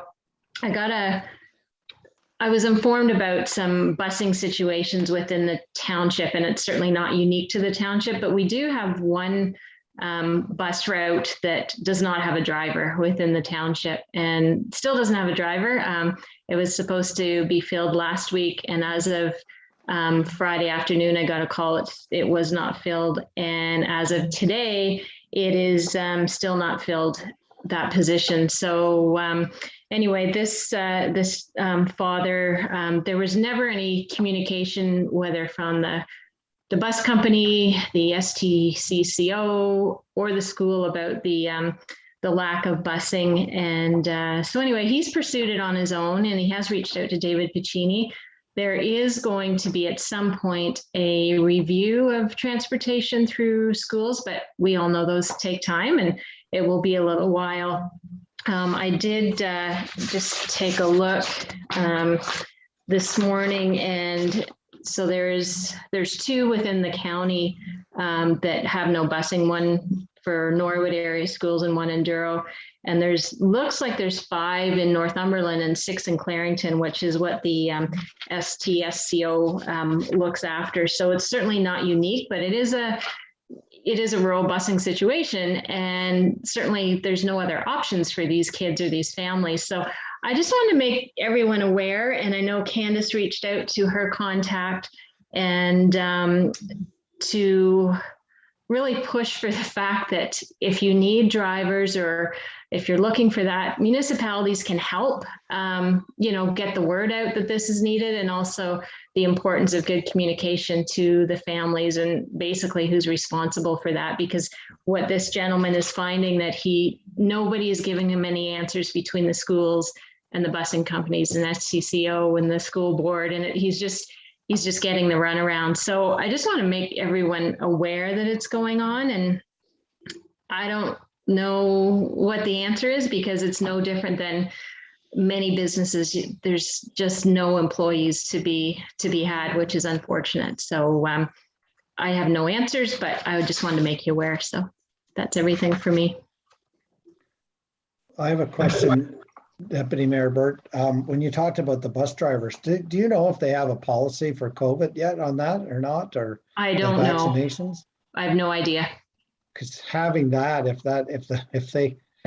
they come on that, and the school board has to have a COVID policy, which they're probably going to do if they haven't done it already in our area, it's probably going to affect bus drivers too, and then that could create even more of a shortage possibly. So this may not end yet. So no, and I don't think there's an end to it either. And I really don't know if there's anything we can do from council end, unless Candace has a thought, certainly a letter writing to our MPP, but I'm not sure that will be all that effective either. I think they are aware of the situation. Certainly the school board is, certainly the bus companies are. It's just a situation that is here, and I don't see it going away anytime soon. But anyway, any comments or suggestions or questions on that, it'd be appreciated. I don't think there's anything wrong with drawing attention to the issue from a political standpoint at this point in time, meaning just an increase in communication. So we can't solve the problem. We can't get them bus drivers that meet the specified criteria. And it's my understanding, speaking to them, that's the issue, is finding drivers that have the right licensing and passing the medical examinations in the time frame in which they need them, which is now, because that process takes time. And of course, those two requirements are backlogged. Yeah. So getting licensing and getting in to see your physician in order to get those medicals. So that is part of the delay and part of the problem. But what we can ask for is an increase in communication. We still, even after I spoke to him, have not heard anything to push out through our channels that there's even a shortage of bus drivers. There could be someone in the municipality or any municipality that maybe potentially would consider that for employment, but doesn't know the shortage exists. So I think there needs to be an increase in communication to let the public know. And I think there's a lot of people too that even knowing that there's a struggle there may just want to step in and fill the gap for a short term until, they get back up, the whole system gets back up on the feet post COVID. So I think reaching out isn't a bad idea. I don't think going to Pacini's office is going to assist. I think we need to go closer to the source. My recommendation would be going straight to Cisco and Century busing, and straight to there and send a letter that we are aware of the issue. We urge and plead with you to please keep us in the loop as to how this moves forward, and to let you know that as a courtesy, we would gladly push out any communication through our channels in regards to recruitment for busing, etc. And I mean, there's nothing wrong with sending a letter like that. It may spark them to send us a recruitment post that we can push out through social media or something. And I don't see any harm in that because they're not doing it now. So it can't hurt. That's not necessarily a motion we need. That'd be just direction. I would think to ask staff to do a letter up. Would that help? Yeah, that would be great, because I certainly wasn't aware of the situation until he was speaking about it at the meeting, and then other parents, I asked them, and I don't believe, the municipal staff weren't aware of it either. So if we can, I don't know if we do need a motion, but if we can direct staff to prepare and send that letter off, that would be excellent. Thank you. Mayor, we do direct through motion. Otherwise, we have one counselor directing us. So don't want that. No, we try to avoid those situations if we can. So Lori, Deputy Mayor Burt, you'll make that motion? I will, yes. Seconded by Councillor Ward. All in favor? Or any more discussion on that before? Actually, Go ahead, Councillor Walsh. Candace, sorry, through you, Mayor. What bus lines are we thinking? So ST, SCO, Century. I think I even noticed a sign coming into the village that Hamilton was looking for bus drivers as well. So may not hurt to include them as well. Yeah, we can send it to any busing that, any company that provides busing to Asphodel-Norwood. We'll try to track all them down. Awesome. That's no problem. Okay, the motion's on the floor. All in favor? That's carried. Thank you. More discussion in general business. Yes, Councillor Walsh. I'll just circle back on the Legion request for the Memorial Veterans banner that the Township of Asphodel is supportive of that, and we'll work with them on the installation piece. That's your motion? Yes, please. Okay, seconded by Deputy Mayor Burt. Any other discussion on the motion? All in favor? That's carried. And there was one other thing that we were going to talk about, I believe, in general business. Oh, committee meetings. Right. Thank you. All right. Who wants to open up the floor on that one? Councillor Ward, please. Thank you, through you, for the committee meetings, in particular for the Cultural and Heritage Committee. I do have some reservations, especially because the Heritage Center in Westwood, the cleaning protocols are all done by the volunteers. There isn't a cleaning crew that comes in to clean that building.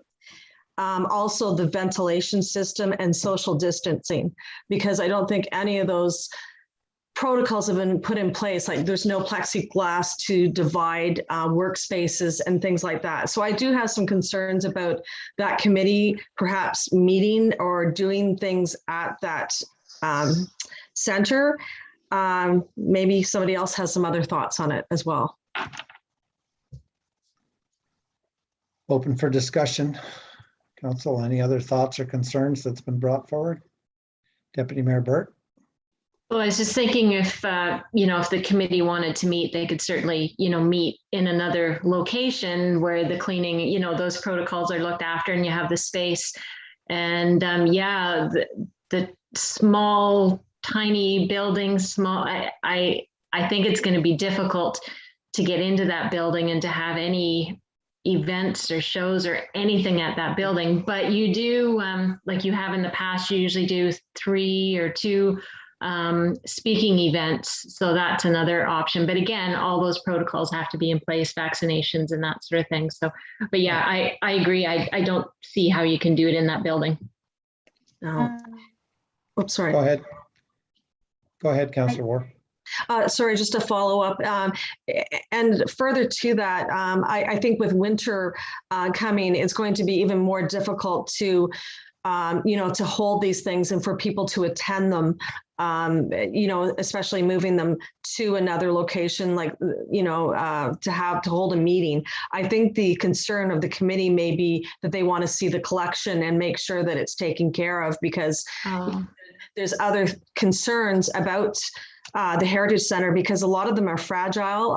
They're susceptible to rodents, to insects, cleaning, and that hasn't been done in, more than a year and a half. So I understand the concerns of the committee, and I just don't know how it's going to be done safely. Candace, please. I'm just going to read what I was sent. The chair is wondering when the committee might be able to get into the center in Westwood. They were considering decorating for the Scarecrow Roadshow, but require access to the building to do so. They also have some organizing that they would like to do and would also like more information in terms of when and how they can begin organizing events. So that's how they put it. I agree that I think the focus should be what Councillor Ward brought up in regards to preservation of the collection, but that wasn't what was brought forward. It was when they can start organizing events and if they can get in to decorate for the Scarecrow Roadshow.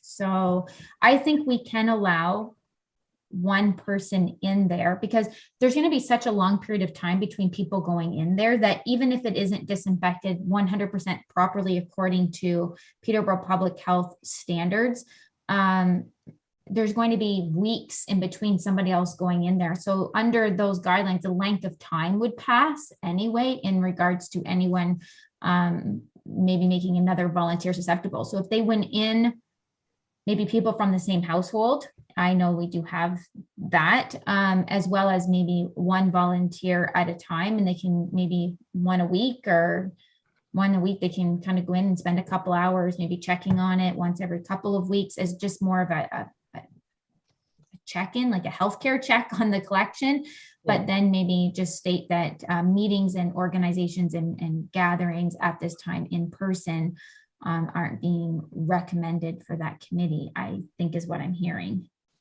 At that location. At that location, yeah. Go ahead. Thanks, through you, Mayor. Just to follow up on that, I don't see any difficulty in doing an outside Scarecrow decoration, because it is outside. Like something like that would be very nice, because I know that the committee worked very hard on doing the first Scarecrow, to get it up and going. So I understand the initiative of wanting to have a nice display at the center, and perhaps we could encourage that, because it is an outside activity. She stated that she needs access to the building to do it. Probably maybe to get materials out of there, probably. Exactly. Yeah. Yeah. So we can allow one person in to do that and do a check on the collection once a week, and they can sign in. They can do the screening prior to signing, and now they have to have proof of vaccination to go in as well. Yeah, that sounds good. And then if they want to meet, they just have to meet somewhere else, either virtually or in the town hall or at the Millennium Room, so that we can ensure separation. Good discussion. I also believe that the facility, even the heritage part of it, it gets looked at probably once a week for mouse traps and one thing after another already anyway. So, but municipal staff probably aren't going to look at it through the same eyes. I think they're checking, the mouse traps and those things that need to be done. But as far as putting their eyes on the collection in the same lens that these caretakers of the collection are, probably not quite the same. So I understand why they would want to get in. So I think we could probably arrange something, put a protocol in place for them in order to create a level of comfortability for that committee, so they can get something started and to make them feel like they're contributing and protecting everything that they've worked so hard for. So. Okay, is there a recommendation then from council for that, or do we need one? Go ahead. Who would like to make the recommendation? Go ahead, Councillor War. Yes, through you, I'd make the recommendation that we can allow one committee committee member in the building once a week to check on the collection. And there could be 2 people there as long as there's only one person in the building at a time. Is that correct? Or the same household. The same household. Well, and if they're from the same household, I think they could probably go in together. Yeah. Yeah. Yeah. Okay. And they have to meet all our protocols and vaccine protocol and policy and one thing after another too, right? Yeah. And then Okay, meetings in another location. Yes. And no events at this time. Correct. That's a big recommendation. Is everyone clear with that? Not Or to should put we words have in your it? mouth, but. Everyone clear with that recommendation or that motion? Seconder then, please. Councillor Walsh, any other discussion on the motion, on the recommendation? All in favor? That's carried. Thank you. Was there anything else under general business at this time? Yes, Deputy Mayor Burt, please. Yeah, Candace had mentioned the EdBack survey. So I believe, what's the timeline on that and getting the results out and somewhat perhaps recommendations of how that committee is going to be looking in the future?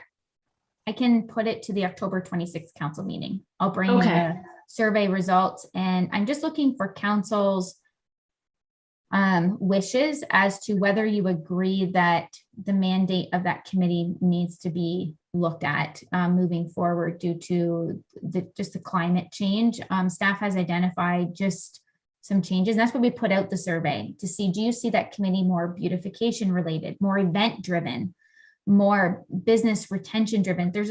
Economic development is so staff driven. Mm-hmm. Yep. There's so much of it that is done internally that I feel that there is such a unique and strong complement of volunteers there that they create a great to-do list for staff, but ultimately I think that the mandate needs to be looked at, and I think they can do something very special in this township if given a mandate, if given a budget to do it, and let them go and let them do it. But the mandate right now is so broad, and it's kind of, I think it was struggling before COVID. Like it was struggling to have clear direction there. And then COVID happened and none of us could take it on in virtual meetings, and committees and boards were kind of just paused for the moment. But it's time to kickstart those committees and boards back up. But I think before we do that, we need to take a serious look. And I do have all of the survey responses for all the members. There's some great feedback there that I think council needs to be aware of. But I don't want to start going down a road where council's not going to support a change in mandate. And if they would just like the committee to continue to function in its capacity pre-COVID, post-COVID, then that's how we'll carry forward, and we'll just get a virtual meeting established and move on. But I am bringing it to council's attention that I have identified that committee from my chair needs some restructuring, and I think it can do better. Councillor Walsh, your hand was up. Yeah, and I think, Candace, from my discussion with you, I think we're going to see that come back in the survey too, that there really is a divide of what people want to do. Personally, for me, economic development, as much as it's nice to have information and ideas come from volunteers that sit on that committee, economic development is a busy spot that I think that would be something that would need more staff driven. There's lots of projects that group has done in the past that maybe they become more project driven with 3 or 4 events during the course of the year that they're responsible for, that they could kind of take on with a budget and maybe pull a little bit less staff time into having to manage it, and they manage it themselves and just pull away some of the resources that you've had to supply to them. So I agree. I think we need a bit of a change to the mandate from what it is currently going forward. Deputy Mayor Burt, you had your hand up? Yeah, I do agree with Councillor Walsh. Both of us are on that committee, and we did fill out that survey, and that's kind of what I identified too. Is with economic development, it is very staff driven, and around what I think of economic development is often bringing business or maintaining business in the community, and there's a lot of confidentiality around that as well. So yeah, I think more events, and certainly, I know the economic development and beautification came together, and then so perhaps we need to look at separating that out, because I think we'll find, and I don't know, I haven't seen the surveys, I think we'll find that there are some that are interested in one versus the other.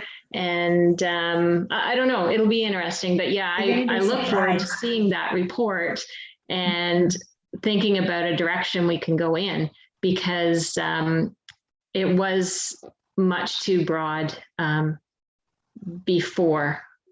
So I was surprised with the results. It wasn't what I predicted. Oh, okay. Interesting. They seem to be in complete alignment with the project driven. So I did not expect that. Okay. Councillor Ward? Yes, thank you. Through you, I think the way that we're doing business now has changed forever, that's for sure.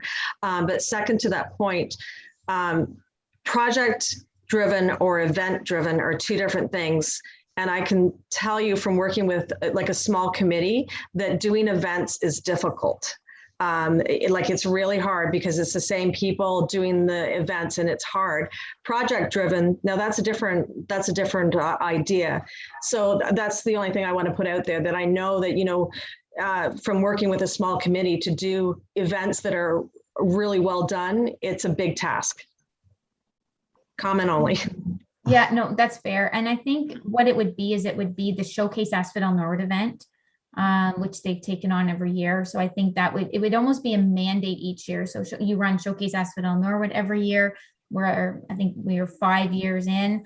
So it's almost kind of laid out. So they would continue with that. And maybe that event, the community guide is transferred over to staff, to be honest. But, maybe we can get them a little bit back involved in that. And then a project. So I know there was chatter about stormwater management pond revitalization and beautifying them, and them taking on kind of like that one project.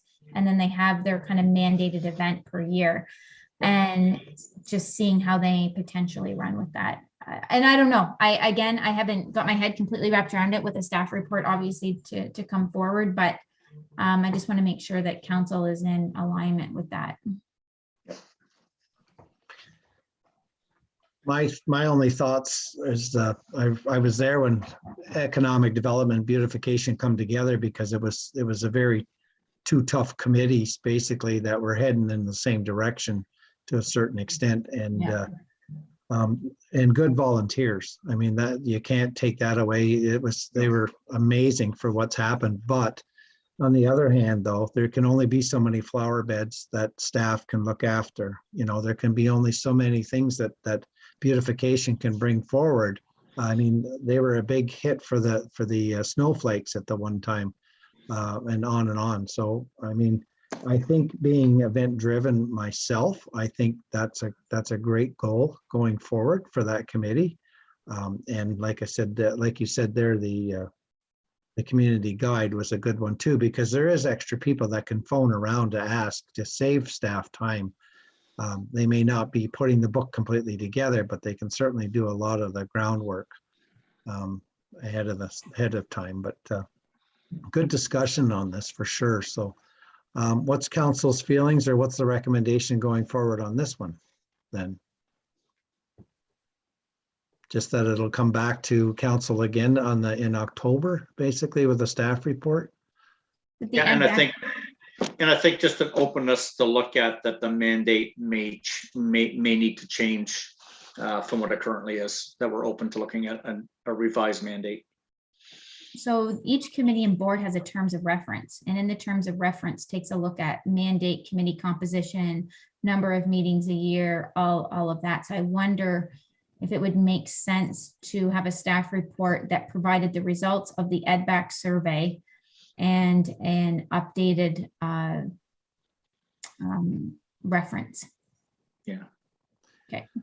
Yeah. Yeah, that makes yeah, sense. it wouldn't hurt to have their terms brought forward. Maybe, I mean, like, we only have another year left in council. Is it time that we start looking at the mandates again for each one of those coming forward? Instead of having that drop on a new council all of a sudden in the new year kind of thing. Yeah, I'm thinking second quarter of 2022. All right. It's a great idea, Mayor. Yeah. Great idea. Second quarter of 2022. I'm thinking I see an opening in my schedule. Yeah, add it to There the we go. action list. I'm just kidding. I'm sorry, the meeting Yep. is getting long. So that is more than fine. I will add it to the 2022 work plan. Okay, so is there anything else under general business that we'd like to discuss? So am I getting a motion? Oh, you'd like a motion on that? Yes. I one think counselor Councillor can't try Walsh had person. a good stab at it there. Councillor Walsh, you able to redefine your recommendation? Anybody write it down?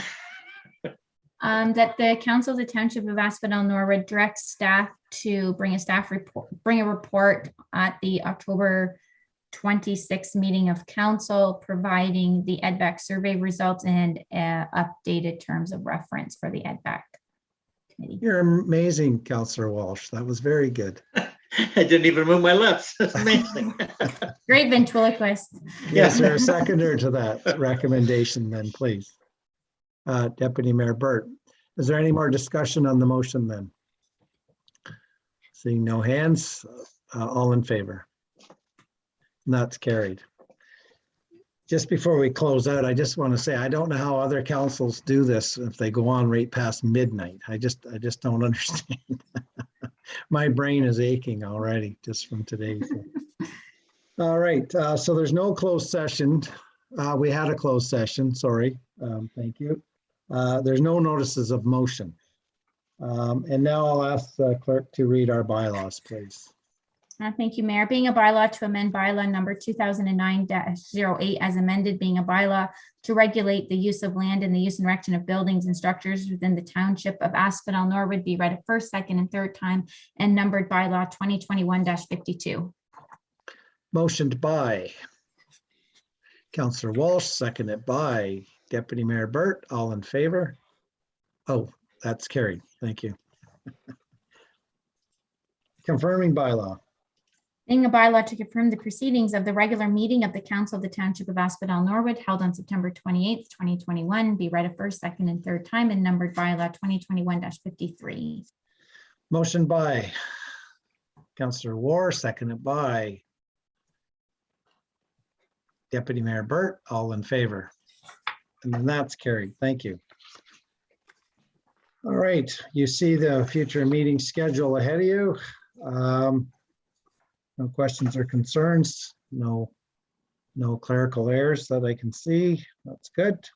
On to the adjournment then. Recommendation that the meeting held today, September 28th, 2021, be adjourned at 2:48 p.m. with council to meet for a regular meeting on October 26th, 2021, or at the call of the chair. Motioned by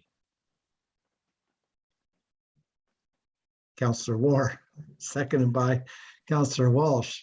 All in favor? And then that's carried. Thank you. And thank you, council. Thank you, staff. Once again, a wonderful job.